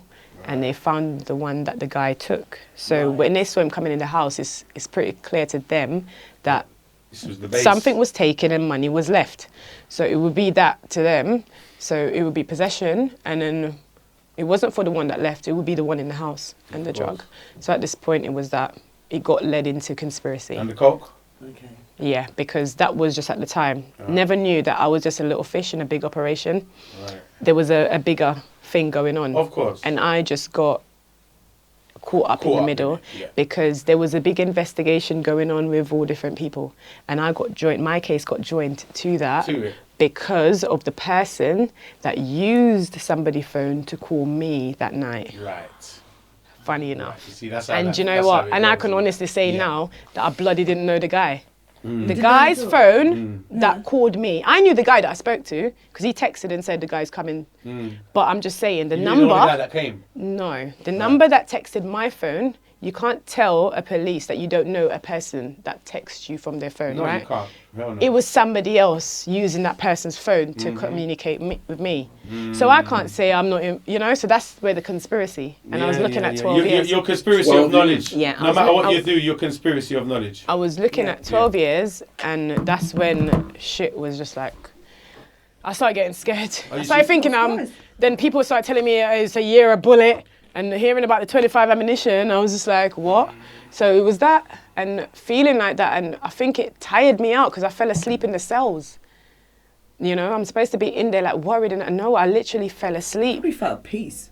I don't even know what The I was brain feeling. overloads. The brain Yeah, overload. I don't know. It just I'm not, and then knocks you out. And then I wanted to wake up from a dream. I literally craved thinking, I could feel it in myself, what happened, but then I think, let it just be a dream. And I woke up and saw phone Crime Stoppers above my head. So it's like, same a dream. Real. And then, I remember this policeman, he's from the Caribbean, and he said, darling, you want tea or something? And I remember him just offering tea, and I was like, yeah. Offered me a cigarette, made me smoke and calm down a little bit, which helped. And, there was a duty solicitor that came and told me to say no comment. And that was too late because I was just trying to defend myself in the interview, not understanding the no comment thingy. I did not anticipate any arrest, by the way. I was not cut out for that because I literally should have said no comment to certain things. And I was trying to give an explanation, defending myself, trying to give some make-up stories about I met the guy somewhere and he just came and I never knew what he took. You tried to make up stories, but then he's 16. So I had to be careful what I'm doing because I tried to make it out like we met as friends. And then when it was disclosed that he was 16, I was like, and then I had to change the story now because he's 16. What the hell? Did you know he was 16? No. No, because I don't know him, You don't remember? know the guy. Someone sent him to pick up. So you're hardly going to figure out his age. no, I don't. Yeah, you just don't know. You can see he's young, but you just don't know how young. Yeah. And when guys are like really tall, it's kind of hard to like It could have been early 20s. Yeah. Did you know how they arrested him? They stopped his cab. They followed him, pulled him over on the high street, because I read it in the paper, pulled him over on the high street, found the weapon, and then came straight down to me. So I think he got arrested on the high street, and then they came down to me, and that was it. And I think they just, and that's when they found everything in there, and he goes, we just found, I remember the guy coming in, I'll never forget, and he showed the guy the paper, and I knew it was a picture of something that they found in the house. And I think that's when they asked me about the revolver. Yeah. It was, when you got these high wardrobes, the revolver was at the top, at the back. And for some weird reason, I thought they wouldn't find it because it's tucked in at the back. Don't ask. Yeah, but I just think, it's tucked away at the sorry, back. I ain't going to find that. Because remember, I haven't touched these things, like, The revolver be all right. But yeah. And the coke? The coke was found in the coat pocket, which they wrote down and said they found it. Funny enough, all the forensics came back and nothing connected me to it. So if you'd got no comment, you could have well got away with this? No. Because what a lot of people don't know is possession, which I learned now, because I'm designing workshops to help young people to let them know about these laws, joint enterprise and all these stuff is serious stuff. Because possession, it doesn't matter if it belongs to Aunt Mary or Uncle Joe. If you're found in possession, which is where you are, You're guilty. There's nothing to get you out of it because it's found in your possession. Right. So somebody can come in and put something there. Yeah, exactly. And if the police come in here, I hope they don't. No. I'm just giving an example. Like you cannot even be aware of it. Yeah, I'll be guilty of it. It's my place. I'll be guilty. There you That's go. right. So there was a lot of people were like, "Oh, you could have this and you could have that." They can't get away from possession because it was found in my possession. So be careful. There's a big M16 underneath the sofa. That's all right. I don't want you to hurt your Next leg. to Mama Wars cookies. Listen, I'm still on license. We've only got cookies in it. Cookies, almond and cherries. So what facility did you go to after the interrogation? I got brought to Hendon, I think. Was it a court? Yeah, I applied for bail because that's what I kept stressing to this legal. Did you get bail? No. Then I realised that you don't get bail with firearms. No, because there's not an event, easy anyway. and it's not even that. There was a thing like I wasn't aware at the time, but there was a big operation going on with people speaking up. There was a guy that spoke about, told the police about where the firearms were. All these things were happening without my knowledge. So there was a lot of things involved. So yeah. Can you remember what was said at the bail hearing? It was just basically the charges were read out, and bail was just denied because obviously the prosecution would say what they need to say they shouldn't give me bail because they don't know what's happening with Miss Blake. They don't know how involved Miss Blake is. They tried to put in as much so I wouldn't get the bail. So when they refused the bail, Never forget the solicitor I had, David. He was really awesome. You know, I got brought to Holloway. Holloway, I've done a few talks. Yeah, on Holloway. yeah. And that was the year Holloway was closing. Oh, really? Yeah. Wow. So I went in there January and he closed the March. Shit. So you was Yeah. there for the grand closing. Cursed it. I know. I ended up closing it. Close it And, down. and I found my Bible that I've got now in there, the pink one. Wow. What was it like arriving at Holloway? Very scary because I didn't know what to think. I heard so much stories about prison, and you know, and that's how I. And That's, Holloway's that's what taught me rough prison. how people look on prisons as well. It gave me an advantage because I know how prisons looked at growing up. Yes. That would be the last place you'd think you'd end up. That's right. And number two, Caribbean people take those places very serious. There's a lot of people in there that actually don't tell their families that are in other countries because of how Very much true. going to prison is bad. I tried to express that as well. Yeah. I it's noticed deemed that. as Yeah, like it's the worst rock of the bottom, worst of the and if worst. you go there, you're just gonna come out as shit. Come out as shit. You're not just yeah. going. This is you don't even Yeah. know. Like It's I true. know all the perceptions, all what people used to say. In and Jamaica, it's crazy, I used the to be a perception part of of it, it as well yeah. because I don't know no better. Yeah. You know, you grow up and think, oh, I won't go to prison. Are you crazy? And things like that, you make comments like that. But then going in there, I had all that on my head. So I'm thinking, oh my God, I'm just going to get beat up now. Or, I don't know, oh, she looks scary. Oh my God. Like, it was that in my head. But then I put on a front. Yeah. You never let them know your fears, you know? No. So I'd Can't go show in, no weakness. and then someone asked me for a cigarette. And I'd be like, I don't know, I'll see. Yeah. I really wanted to give him. But I didn't want to seem too cool because of the You don't things want you to be hear. like a walkover. Yeah, so they interviewed me, asked me questions, they were filling out stuff. And I think I went along with the process. It was almost like a little adventure. You know, it was almost like another little adventure for me. I'm not going to lie to you. Even though I was scared, I was thinking it was just something that was I was curious as well as scared. So I think it helped me to, you know, okay, and talk to people. Even in the beginning, the girl that asked me for the cigarette, I sat down and she was just like, I can't remember what she was saying, but she was very like aggressive and mean. But then she spoke really calm to me. It's almost like she was like, are you okay? And I respected that because I thought that she was probably going to be like, oh, I'm a new person, so come here. Try Or, to bully you. Yeah, I don't know. But she was really nice. And I was thinking. She was just probably in the same way, like she's got to be tough, but at the same time, she's. Yeah, who knows? And then she sees that you're kind of cool, then she.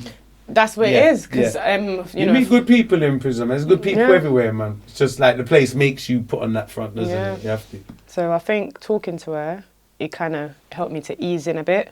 And then they give you your clothes, make you go in the shower.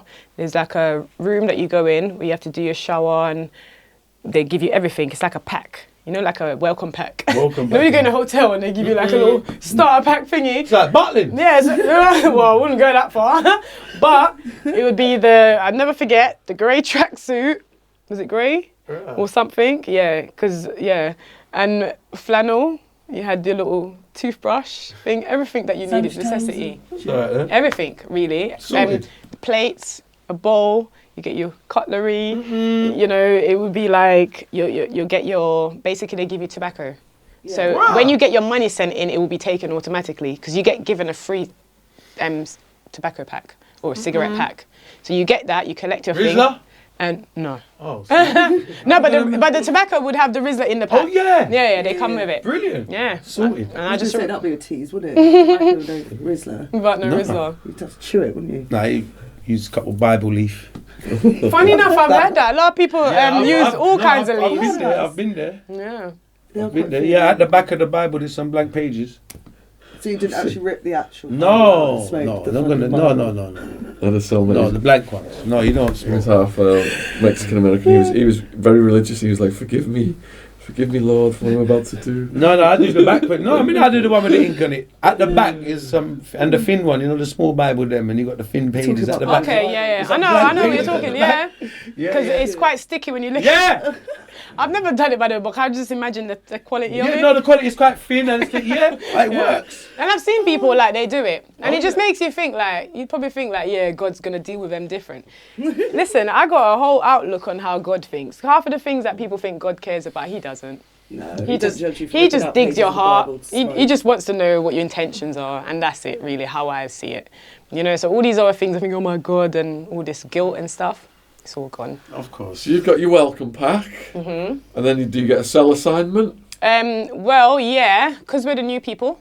We were left for when people get locked up, like, you know, time for everyone to go in. That's the time they get us into our room. So they wouldn't just bring us in the... They were kind of considerate, I think. They, you know, because, you know, you'd think that they're going to bring you on the wings where everything's happening and all of that, but it wasn't that. It was literally the low-key wing, very quiet, and everyone was asleep. So, because I got there, I think, in the evening time, 6, 7. So by 8, lock up, or 7:30, you're getting escorted upstairs to your room. So I remember going in this room, blank room, and I was just like, the thing hit me again. Like, what the hell? Yeah, it hit me again, seeing the room. Can't believe this is happening. Like, I'm literally in prison. And I started thinking, like, so stupid, like, what have you done? Like, you just literally gave them everything that they put on you. You literally just played into what they wanted for you, even though you're trying to run away. And that's what I was saying to myself.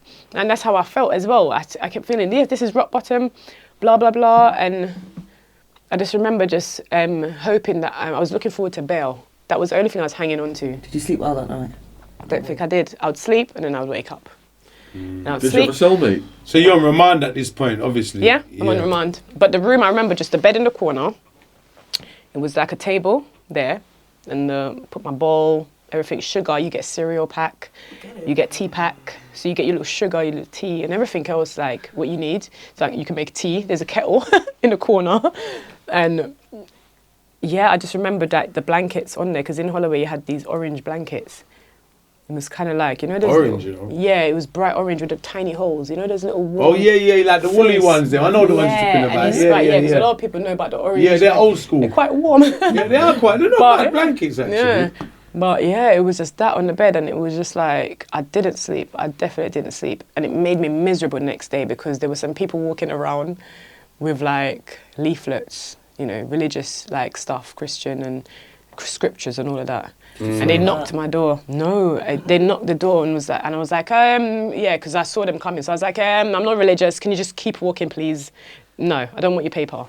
Angry, and that was it for a while. And I think they left, but I think they just chucked it on there anyway. And I just pissed off and went back on the bed. I just remembered like smoking my tobacco, like non-stop. I just kept smoking. I'd finish one and then I'll start another one. So every time I was thinking, I would just be smoking while I'm thinking. Yeah. Because that would hold my nerves. I would probably be there just shaking like this. Because I was angry, confused, and I feel like I let my kids down. It's not a nice feeling when you think you let your kids down because you actually went to get your kids and you wanted your kids. And then to know that you put yourself in those positions and you end up in there, it was not a nice feeling. But when I remember laying back down after smoking, I was thinking, oh, okay, my head's hurting now. And I went down to sleep. And I think I woke up the next day, started to tidy up. Don't know why. Started to tidy up. Nothing to do, and, you know. And then I picked the paper up that the woman dropped, and I turned it round, and I think I read a scripture on it that said, cast your anxieties on him, for he cares for you. And I think I nearly dropped the paper, and something just happened inside me. It's almost like I just straight away believed what it was said on the paper. And I don't know, it's like someone lit a match. I said this on Delinquent Nation as well. It's almost like someone lit a match inside me instantly, and I started putting up the paper. They had like toothpaste. I don't know if you've heard of it, but we put toothpaste on the back of papers, put it on the wall, it sticks. Yes. Yeah. So no blue tack, but I needed it up so I can see it because I liked the feeling it gave me when I read it. So I wanted to always look at it because that was the only thing I would, you know, it's funny when you're in survival, yeah, any little thing you grasp that gives you sort of a soothing, like a Band-Aid covering a wound, you would want to keep that there for a while. You'd want to read it for a while because it's doing something for you. But I didn't know what it was doing at the time. We said in a recent podcast, didn't we, that people will read anything in prison, literally anything. Yeah, and it would be things that the smallest thing becomes it's the healing that you want, because we're unaware of what we want inside. We're just feeling all these things and doing all these things, but the body knows, I think, on some level. And I think when you either read or you talk or you speak, that it connects with whatever's reaching out. And that's how I looked at it. Definitely. And I think from then, my faith triggered. Started, you know, started praying. Yeah. Praying a bit more, and the prayer brought me comfort. Very strong. Started dreaming things, you know. started like reading scriptures, and I would dream they were acting out. I've never shared this before. I'd literally dream the scriptures being acted out. Wow. Like I'd dream a scripture saying, you know, except the Lord build a house, you labour in vain and stuff like that. And I would literally be dreaming of houses and seeing what we think is God. And I would see that, and I would just wake up feeling like, oh, let me go call my kids. I just always used to wake up feeling energized. And and the more I read the Bible, the more I would feel my faith like coming back, like, Tawana, you're not alone. Because I've always felt alone. Right. So when the alone feeling was going, I liked it. Of course. You know, and people were like, on my wing, because they found cannabis on me, I was on a wing where a lot of people smoked. So it would be like you're around people that, you know, had a hard life and they were caught up in a lot of things. And then you sit there and you're listening and you just start talking to people, and that's how you kind of start, not adapting, but you just start to, okay, this is my surrounding, you know, and the only time I'd get a free little space when I speak to my kids. And I remember calling them for the first time and talking to them, and they're like, Mommy, where are you? And stuff, and I'd be like, at college. I got work and I got sent to, I tied in work and college, and I'd use them like, you know, because they are used to me working as well. So it would be believable to say work. But then I don't know why I said college. Night college. It'd be like a college work thing.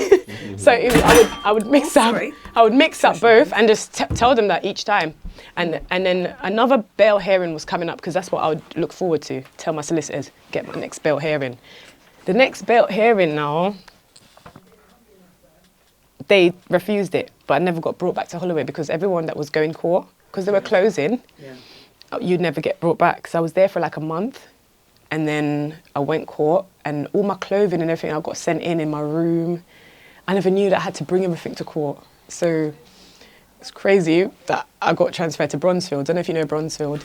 No, but before you jumped to Bronzefield, what was it like meeting your neighbours for the first time in Holloway? The neighbours in Holloway, I got put into a dorm after. Because after you leave that wing, after you leave, that's when the real fight started. Because Really? yeah, because in a dorm, you have like 5 different personalities. Yeah. And one's like, I remember this lady, she was Irish, and she was like, she worked in the garden, and she was like proper like manly, and and always the one that will come back and say, here you go. She wanted to be the don, you know? And I've got this and I've got that. So she, you know, she was that. And then there was another person there, and she was like really friendly. But then over time, you wouldn't see those personalities. Over time, when people saw me reading my Bible and doing things, they'd be like, oh God, and all of that. So I'd get that. And it would just be a mixed feelings with people. But I did meet a lot of nice people there. Were they telling you what they were in for? Yeah. What kind of things? Fraud. People tell me they were in fraud, violence. Someone was in there for like stabbing up her partner and stuff. Yeah, she was drunk, and I think she slept. Up. Yeah, wow. But I think he was in hospital, so I don't think he died or anything. So it was a kind of a waiting game for her. So I think hearing other people's stories as well distracted me a lot. And, you know, telling my friends what I needed, you know, my clothing, you know, I wanted my clothing and stuff. And even though it might be materialistic, but those are the things that comfort me over the years. Yeah. My stuff that I bought. And to feel normal again. I wanted to feel normal. And I thought that the clothing and all these stuff would make me feel a little bit normal. And I wanted that. So I think all those stuff were coming in. You know, I had a little money sent in. And then I started hearing more people's story. I came across a girl that I used to see before, but then we've never spoken. And she became like a good friend in there, and we started talking about certain things and stuff like that. Started going to like Bible meetings, Bible studies to study the Bible more. I just think I became more with my faith. But then I got to find out a lot of things, that all the things that growing up that we were scared to do and think that God's gonna send you, it just completely took off all of that. It's almost like Jesus is cool. Like he's the coolest guy ever, because all these things that you brought up to think, oh, you have to be this and you have to be, those are people's perceptions and those were cultural rules. And I applied those to myself, which made me attack myself a lot and thought that I was doing wrong when I wasn't. So it cleared up my vision. So with that, and it was just a beautiful connection. It would be like I'd feel comforted and I'd have hope, I think. You gave me hope. Yeah, And when it's you have amazing. hope, a lot of things spring from hope. Definitely. Was Rose West or anyone like that in there? Any really serious? No, but I did hear stories. Yeah, I did hear stories about Rose West, and I think we watched. There was a documentary I think going on at the time, and there was a protest as well outside. Because you know they protest a lot at Holloway, for women and Anne Frank. Do you know about Anne Frank and all that? Anne Frank, what? The Jew. I don't know if she was a Jew, but I just heard the Yeah, names. she was killed by the Nazis. Yeah, and yeah. Went to the Anne Frank house in. So we hear all these stories, and they would do like event days, and featuring all these. So I never knew about all these stuff, and it was just happening when I was there, and I met people that were just like, I think they were snorting pills. That was the first time. Yeah, that was the first time my eyes got open to people actually smashing pills, crushing them. And was it Buscopan or Buscopan? And then it was a trend, like people were just like, oh yeah, it's just Buscopan. And I was thinking, okay, it was like a normal thing. And you know, my eyes were just opening to all these things. And they're like, what, you never tried Buscopan? What? And it would always be like, I'm left out of the cool group because I've never tried Buscopan and all of that. So it would be that for a while. And it would be in association room where everyone's just like chilling and trying to make the best of it, playing a little music. And all of a sudden it just doesn't seem that bad. But then when you remember that you're away from your kids, so I'd be enjoying myself, but I would be so, I remember just feeling really, really, really, really, really horrible inside. So I think the challenge was to manage that horrible feeling. Because like you said, you know, self-sabotage. Yeah. I'd done it a lot of times and not even realising I was doing it because of the choices I was making. I was literally trying to, you know, turn on myself. Yeah, even if people were horrible to me, I would literally turn on myself. Because of what people were, you know, how people were treating me. I would literally blame myself because I was blamed a lot for things. So I joined in. So you kind of you know? adopted that from early. Oh yeah, oh yeah. And that's when I started to get to, looking back, you know, that's how you get to know yourself from the things you were doing. Of course. You see realise what that you was doing wrong. Yeah, you And realise why you was doing it. Yeah, and it kind of fixed me and let me know who I want to be around. Yeah, of course. Because if I'm a person that draws in what people say if you're around this and sort do, of thing and then you end up doing that, then you're not going to be around that. Yeah, and Yeah. I'm a person that I want to have my own mind. That's right. And, you know, make choices for myself that make me feel good, that actually make me feel good, not just to sugarcoat pain or, you know what I mean? Of course. And I think, yeah, I went through that a lot in Holloway. A lot of personalities, a lot of people becoming really defensive towards me as well. Was it in Holloway the women were hitting on you, or was that in Bronzefield? No, it was in Send. No, in Bronzefield it started. I started seeing like cute girls in Bronzefield, but I think it started in Send. Right. You get that everywhere though, don't you? You can get that anywhere you go. What, Hey, in the prison? Yeah. Oh yeah. Yeah. I think most prisons, yeah. Yeah, of course. Yeah. So were they hitting on you, or did you say you started seeing? No. They were hitting on me because obviously I'd look on it where I always had a lot of attention from men. So even though I would like flirt with Oh, they were girls hitting on the on you. outside. I thought you said hate. Sorry. No, they were hitting not on hate, you. yeah. Oh, you must have got Yeah. loads of that in there. Yeah, I did. But then in the beginning, I didn't know what to do with it because, like I said, I had a perception of prison as well. Right. And I don't think it went straight away. So it wasn't like a thing like I was flattered. What kind of things would they say to you? No, they wouldn't come. They wouldn't walk up to people like on a date or approach people on the road. That's not how it. Yeah. They would kind of like start talking to you first. They'd be like, "Hey, what's up?" And it would be that. It would be normal conversation. So I think it's just feeling you out. Yeah. And then when you start seeing See, like if the you same swing that way. person, Yeah. the same person just always like Following you around. approaching you from somewhere. Say we're walking like association time and everybody's going somewhere, and the person that always comes, because I think I just went in and I was quite like really stushy. And stuff, and I think that they dig that, I don't know. And yeah, so there was a few girls that started doing that, and I started getting attention from that. But I think I liked the attention, and I think I missed that kind of connection that I had because I was actively dating on the outside, and to start getting attention from them, I liked it. So it would be that, and then I battled with me and my faith.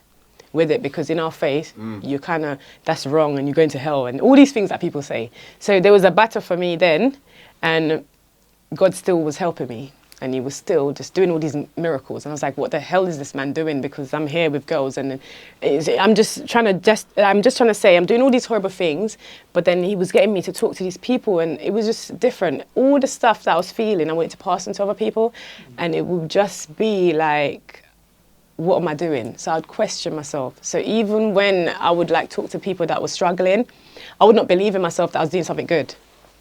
Were you like tempted? Because like after 5 years, some of the trans prisoners where I was at, you start to think, you know, about the possibilities. What about the what? Of things.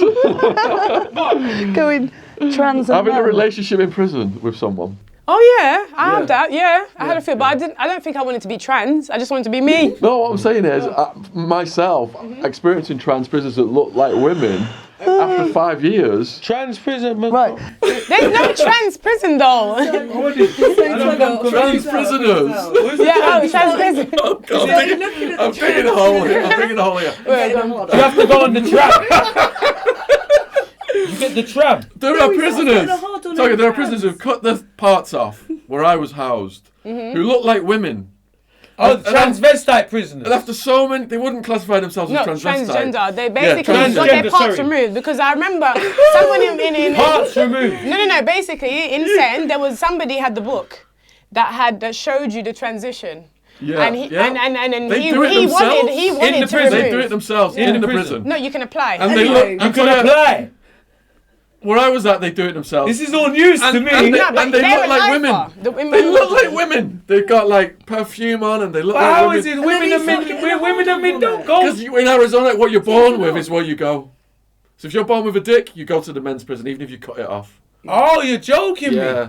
So what I was saying Really? is, Because in Sen, there was men in there with their parts. You've been there so long. so That's they what you're find a saying. tough boyfriend. The trans prisoners find a tough boyfriend.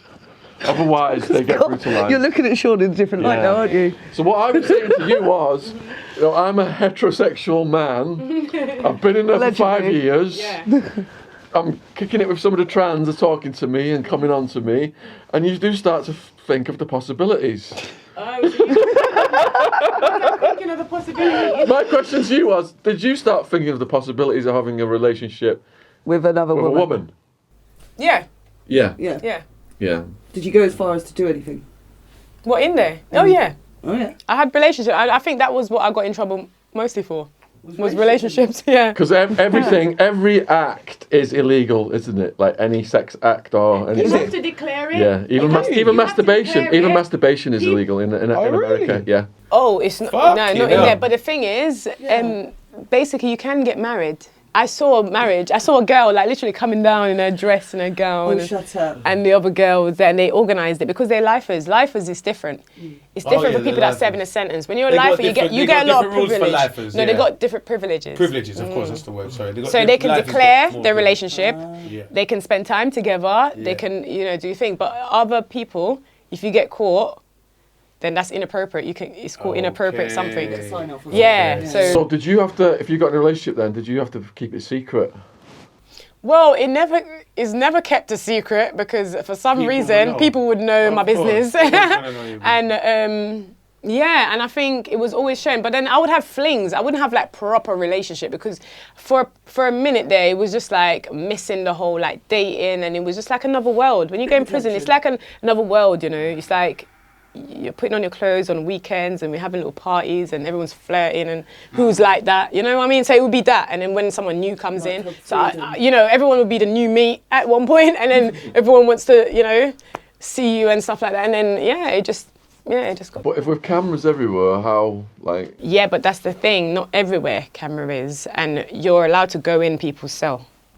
It's just that. Yeah. So you know when where the it's cameras are. lockup You know where time- the cameras are.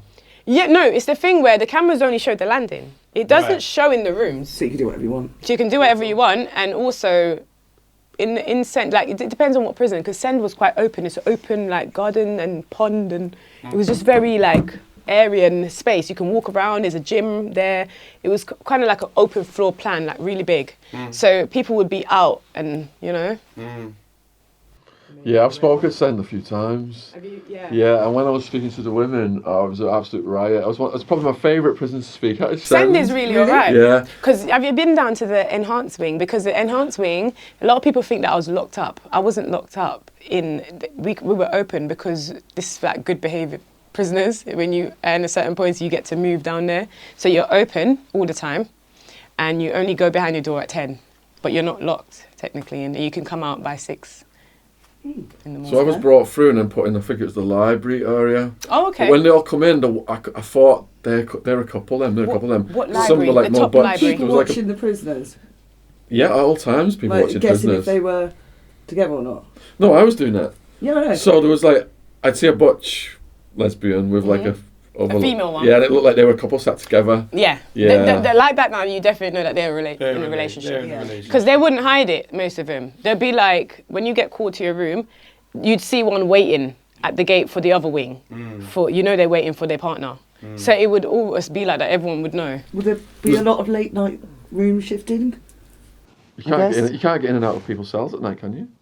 Well, on the enhanced wing that I'm telling you about, Ah! some of that goes on, but Late night. yeah, you know. Tapping, yeah. But yeah, on the top bit where you have like people that are locked in at 8 or 7, they just have up till 8. Bare things are going on. Wow. But the enhanced wing, everyone's most. Is that why they call it enhanced? No. It's enhanced because people that are working, going out and coming in. You can work and go out and come in. Okay, So yeah, people that live on that does that. So they'll literally be ready to go out. It's a resettlement wing, it's called. Wow. So you said you got in trouble for this. How did you get caught? It would be like officers that target me, because then my attitude would actually trigger a lot of officers. I'd think the way I am, because I'm not really like depressed or wanting help from them. So I was kind of like independent with that, because I don't know why. I always thought why certain officers would pick on me. And that's the only thing I can think of, because they would be nice to people that need them more. Right. And I would just be doing me. And I'd just be like, have Do a you see girl any if I wanted corruption to. within the officers? Oh yeah, I see officers have relationships with prisoners. Is that male or Male. female or both? Male. I Just mean, I even male. heard that one got fired. I saw this one. She's really cute, by the way. Like a cute officer. I was thinking, oh, she's so have you seen Orange is the New Black? Yes. Okay, you know the one that's got the jet black hair with the tattoo? Yes. That Really one. upsetting. There's an officer Yeah. that looked like her. Oh. And yeah, everyone was just like, oh my God, she's so fit and stuff.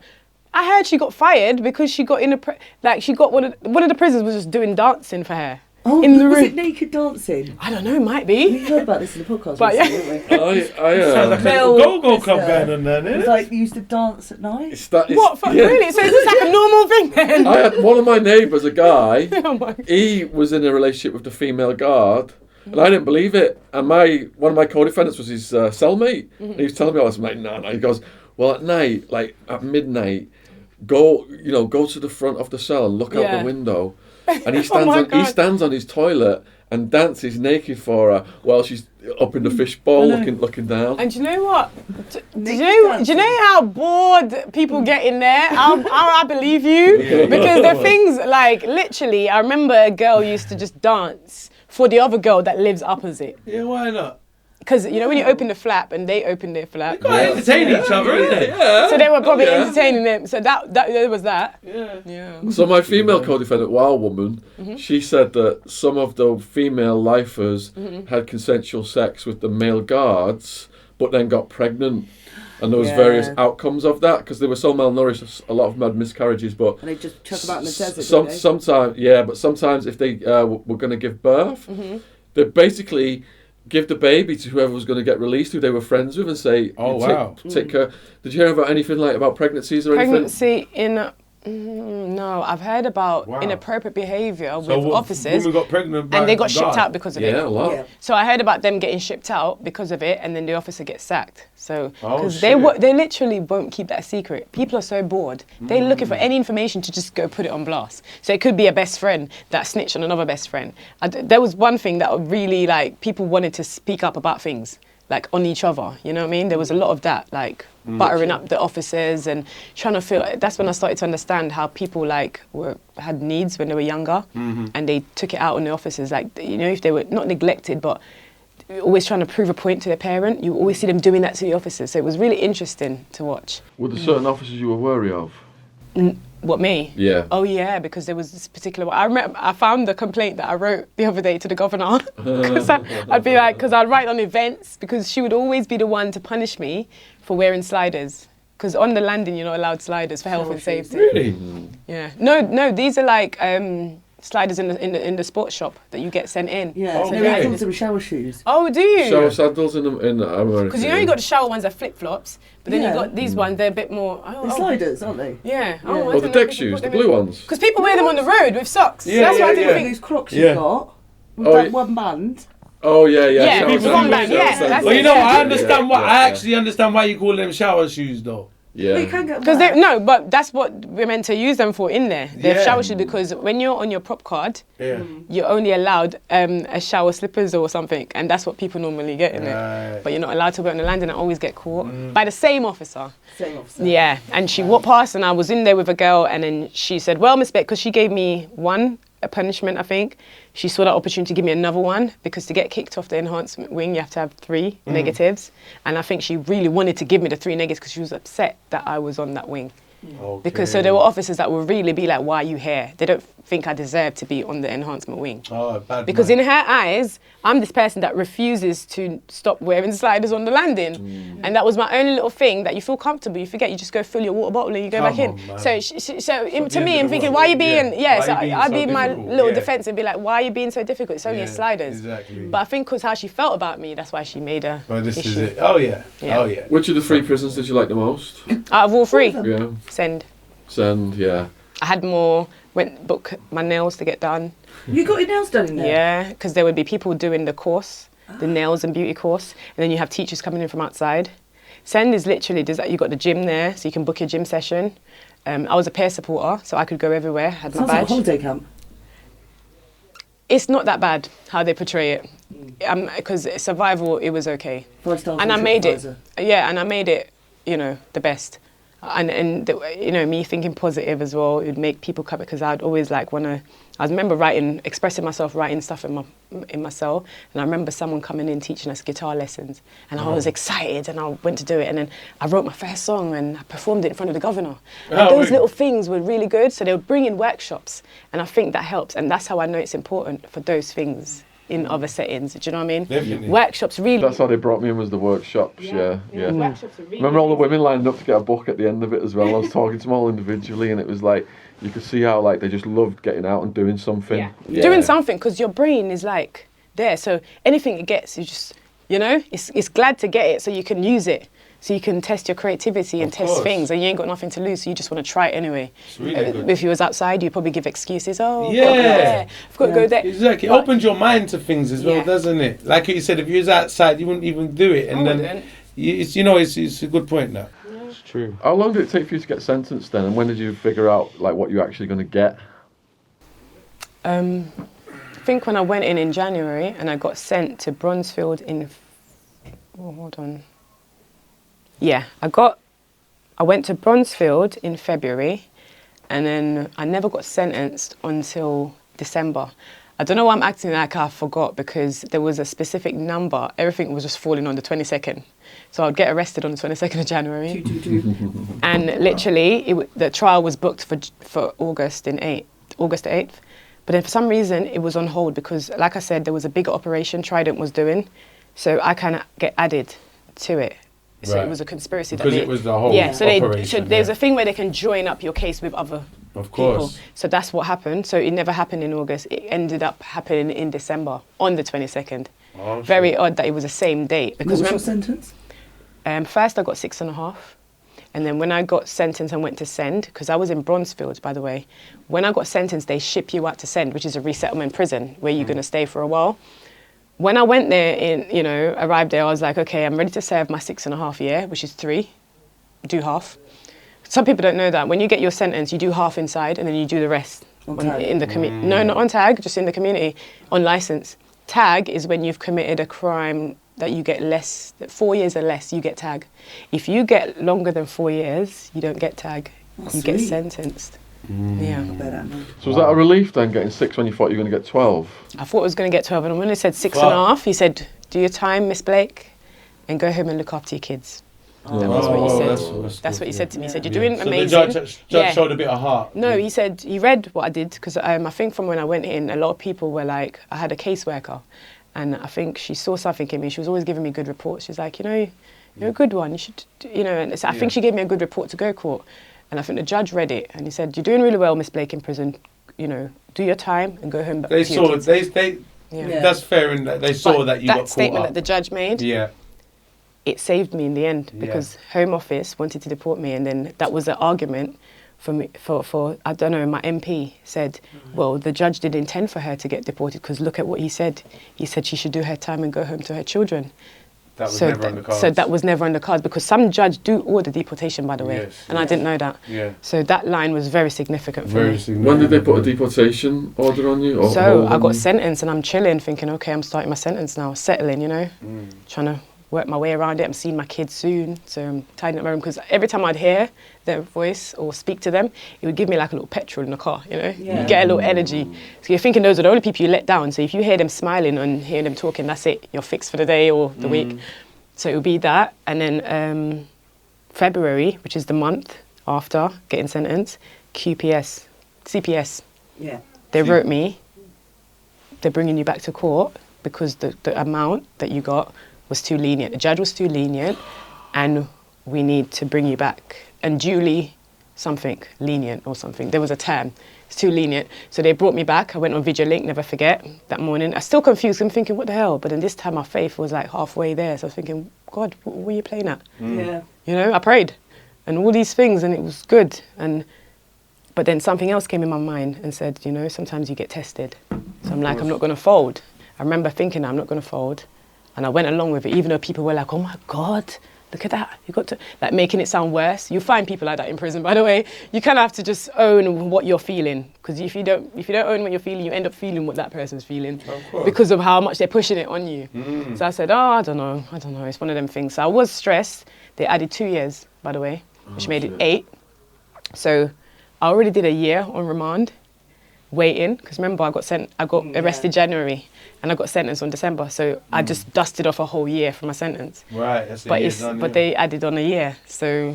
They got it back. I was thinking they got it back, so that's what I was thinking. But then, you know, going from my sentence and then coming up to the end, Home Office wasn't aware of the new sentence. So they wanted to detain me when they thought the 6.5 years was coming to an end, 3 years. So on my 3rd year, they sent in detention papers, all these documents coming in a big file, I'll never forget. And the officers are like, oh, we're confused. Miss Blake, you're not getting released. What are they doing? And I just think, oh my God, is this what would have happened if I was getting released? Like, they were ready to detain me. And deport you. But you see, the fact that all that was happening, I said, what the hell? I went to the library. Maybe it's the same library that you was.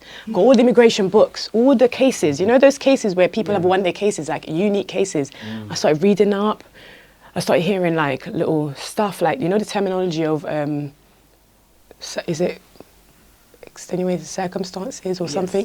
Something circumstances where if your child is 7 and integrated. So I started finding every law, everything that would just say, you know, me and my kids can be together. So it would just be that. Of course. And I started getting things from outside. Because you got children, they can't just... And they were coming on visit, so... And they would literally draw me stuff and send me. And I would return it. And I would be I'd create like letterheads and put their names and just do all those stuff. And those stuff kind of made a file for me. And I kept sending it to Home Office. It's almost like a slap in the face. Like, don't send me this because, you know, this is my kids and I love them. So it would be that, because you're not meant to do that. Home Office doesn't really make a decision. But me, that was my survival. And I think over time, when I kept sending them stuff and they kept refusing, we refuse your appeal. And it just got to that point where it was like a lot of people were fighting the deportation, but I wrote to my MP and I started getting help from them. And there was a competition that I entered. I wrote a poetry for Black History Month. Oh, nice. And the 3 judges that judged it, I saw their details. One of them was from BBC, Bidisha Marta. She's what like said, the poem?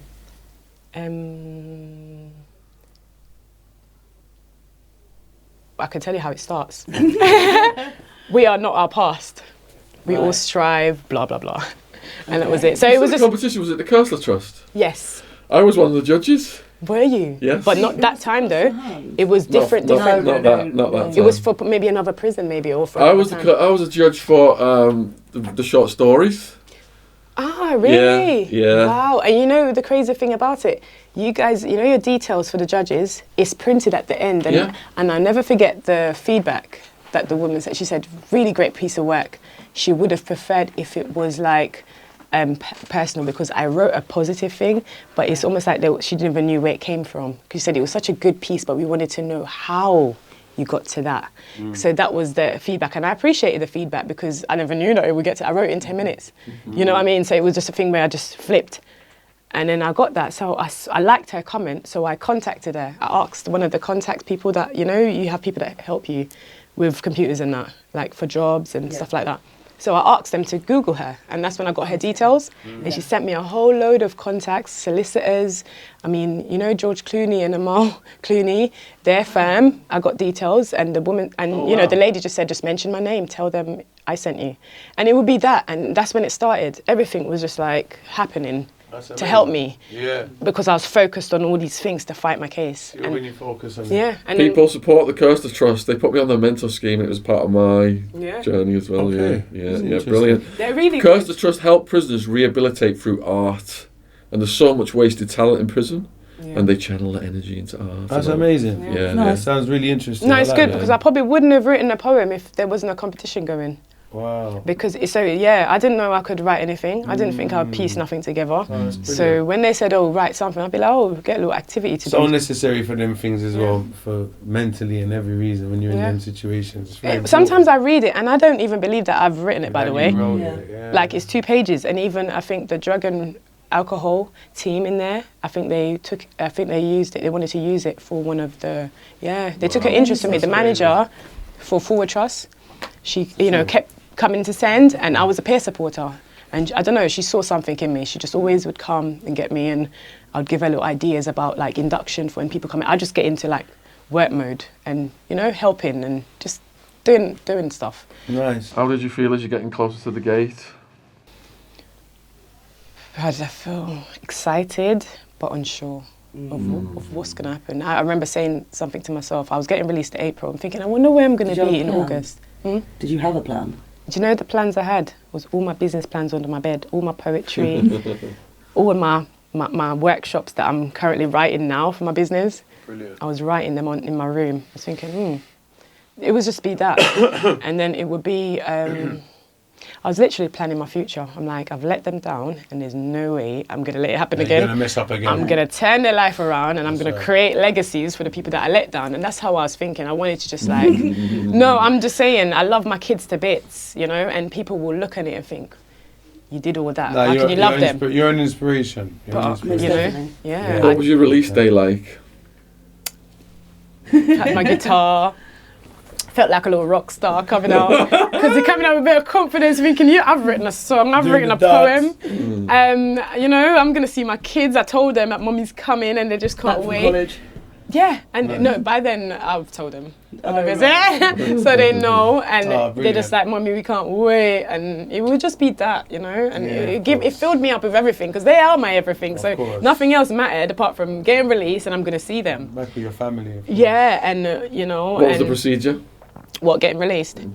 Okay, I remember the morning I woke up and you're saying bye to everyone. Everyone's just like, oh my God, because I have a book that everyone signed. So someone was passing it around to people to write, what people were saying. You're going home, go take care of your kids, all these kind of things. People that I've spoken to as well, they've actually written stuff in there, thank you for that and that and that. And then my confidence was getting a bit better. I'm thinking, she really appreciated that. I just thought it was normal conversations, but those conversations weigh a lot to people. Of course. Especially when you're like, listen, I'm coming from nothing. Do you know? Listen, my family hates me. You've got a mum and dad. Right. I was literally that person. I would encourage people to build relationships with their mum. I don't even have a relationship with my mum. Yeah. I got in contact and I realised that she's more into herself. Let people know what they've got. Yeah, so it's almost like, okay, I've had 2 mother figures and I've failed with that. You might as well go and love your mum. So it would be that for me. And it would be like, girl, you should be lucky you got that mum. It would be that. So it's almost like I'm healing. and dealing with all my losses and That's my pain brilliant, and owning that, I don't have any of it, but I've got my kids and I've got this. So it would be hope again. No, I and stuff. respect that. That's But I was amazing. ready for release. When people were saying anxieties, and I was just thinking excitement. It's nice. Even if I was had anxieties, I wouldn't even know because I'm so excited. Your state of mind was really good. The state of mind you come out in. Yeah. I really respect that. It's really Thank good. you. Yeah. Did you stay in touch with any of the people you were inside with? Yeah. I do. I was in contact with somebody that got released as well, and I helped her with her deportation. She gave me a news the other day that she won her case. Sweet. Oh, brilliant. And I was so happy for her, and I was supporting her from I was in there. Nice. So I told her to give me a review for my company, and then she said she will, and it's just that I just want to help people in there, because I know how you're made to feel sometimes. Yeah, Officers it's look down on you, no matter where you come from. You could be a lawyer, a judge, or the most important musician in the whole world. When you go in there, people are going to remind you that you're in here. That's right. Don't talk to me a certain way, That's right. and I'll make you feel like shit. So the refusal to feel like shit made officers didn't like me. Even some people, like, I remember a few girls would, like, when they'd have parties, and I would go to the parties and enjoy myself. I'd see little people like acting like throwing words like, oh yeah, people in here, they just want to cover their emotions and pretend that nothing's going, and they don't get it. I'm not pretending. It's me. But that's they you, couldn't that's understand. them. Yeah, but They this is gotta do them. No, but you see, when people are in their pain, they want you to join them. I know. You know what I mean? They want you to come and This is but I it. couldn't, This because is it. I was hurting inside, but I wasn't hurting inside to give up. I didn't want to give up, and I feel like if I do that, that would be me giving up. Of course. I just want to cry when I want to if cry. That, what I want that to was laugh. good for the goose ain't necessarily good for the gander, is it? Yeah. Everyone has to deal with their thing differently. And like what you said, people do like to drag you. They don't feel like they can come out of it. Let me bring this person down. with And they me. don't do it purposely. No, they don't. They Yeah, don't. They yeah. don't. They don't. It would be a thing where It's they not do on it purpose. because they always say misery can't loves help it. company. Yeah, but misery- everyone's yeah, seeking definitely. for something, aren't they? Yes, everyone's seeking for something. Yeah, Yeah, absolutely. it could be approval, it could be, it could be acknowledgement. Yeah. It could be something that stems from their childhood Yeah. that Yeah. weren't filled, and they're looking for that in prison. Yeah. I literally see people that come in for like trafficking, and they would say, "Oh, I'm innocent. I'm so innocent. Like, I don't know why they're putting this on me." But then you're recruiting the young people downstairs. So I would look at them thinking. So it would be things like that, and it really showed me a lot of things about people. I learned a lot about people. I learned there could be good people. You could be broke as hell, and you give me sugar, and I'm thinking, thank you, and I appreciate it because you gave me sugar, and I needed sugar at the time. So I didn't look at anything. So I appreciated people on a different level because I think I was born to love people, I think. But then I had a rough start that kind of not made me love people. So I think that, came So alive good in that there. You found your way and Yeah, you yeah. found your real you, like your inner you, and Yeah, and so I can't feel what people would want me to feel, which is to feel bad about going into prison. I feel bad about had to leave my kids for such a long time, Of course. and being away for them to not have a mum. But I tell you that the 4 years they haven't had me, they got the rest of me now. yeah, and it's and the better and so much and a so much better version of you. Yeah, that's it. The better Look at version that. of me, because I never knew I Look at the needed version of therapy. you. Look at the version of Yeah. you you got now. Yeah, I love me now, And and, the I world. think that's all they needed was And the world, for mummy the to world love has got this her. version of you now, lovely. because like I think you're going to inspire a lot of people. Yeah, Seriously. someone said that to me. Tawana, it's been like an amazing journey that you've took us on, this story arc, your redemption, helping people, the family ties, the kids, the emotion. And I imagine the viewers now are wondering, just to close this, are wondering what is your life like now? Oh, it's amazing. I'm finally the director of my company. Oh, congratulations. Thank you. Yeah. Well T done. Inspire Limited, we want to just inspire people. If you're coming out of prison, there'll be like workshops for you and mentoring packages. And it's Amazing. just that. But I'm still working out what can I add to it. Because right now I've got like a contract, which I'm happy about, with a consultant agency. So basically I can send them clients to get jobs. And That's it would brilliant. benefit my company. So it's good. So right now, the only way is up. Yes. And working with prisons to kind of bring positivity in there however I can. So we're going to put all your links in the description box below Yeah, this video. How do you prefer people to reach out to you and support you and follow you? They can follow my T Inspire Limited That's my business page, because I do lives and I discuss real issues, and I put like, I would do like, say for instance you get released, I would do like a session on that, like the things you go through, the things you feel, on Instagram? how to deal with it. Yeah, on Instagram. Yeah. So I've got one coming up where I'm going to talk about like, is it ego versus heart?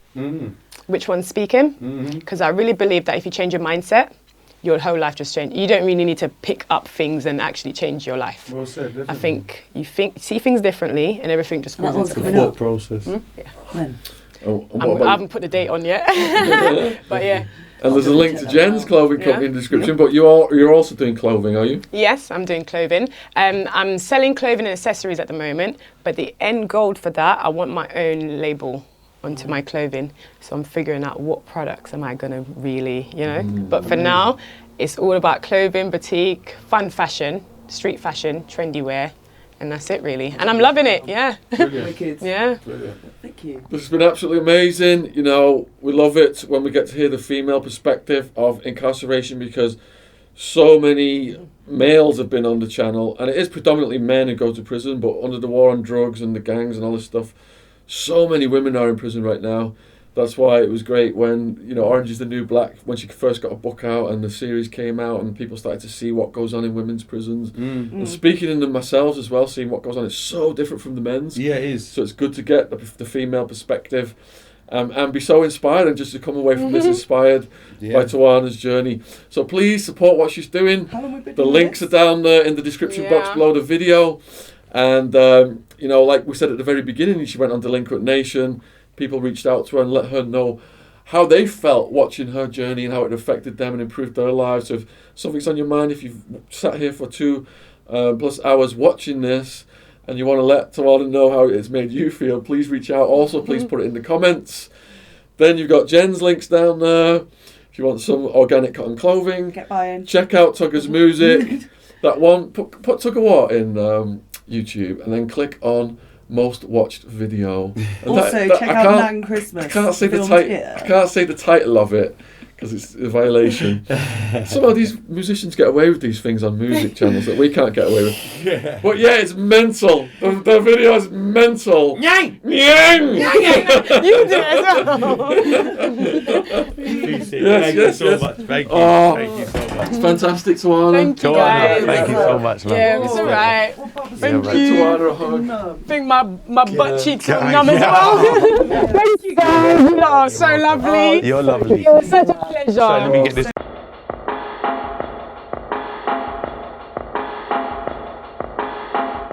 This podcast is sponsored by Gadfly Press. We are proud to announce the publication of The Girl Gambler, a young woman's story of her escape from gambling addiction. The story of a young girl's entrapment in gambling addiction, the true advert for problem gambling and how it controlled her every movement, every thought, and almost took her life. How the guilt and shame that go hand in hand with addiction stopped her from reaching out for help for 8 years, as she didn't feel it was okay for a young female to be a problem gambler. How she believed it was a male-dominated problem, and how eventually she did find the tools that enabled her to become free of her addiction. Available worldwide on Amazon. Link in the description box below this video. Thank you for supporting our sponsor. Here at Boomer and Jen, we offer a wide range of organic or recycled clothing. We all know our planet is important. We only have this one. So it's vital that we all work together to slow down and reverse the changes to the environment. Whilst we all know that big industry are having a significant effect on pollution, here at Boomer and Jen, we believe that if we all make small changes, we can do our part. Fast fashion causes detrimental effects to the planet. Not only is nearly 20% of global wastewater produced by the fast fashion industry, but there is a considerable amount of fast fashion ending up in landfill. So let's move away from fast fashion items that are only worn once or twice and start wearing extremely comfortable, durable and environmentally friendly clothing and ethical jewellery.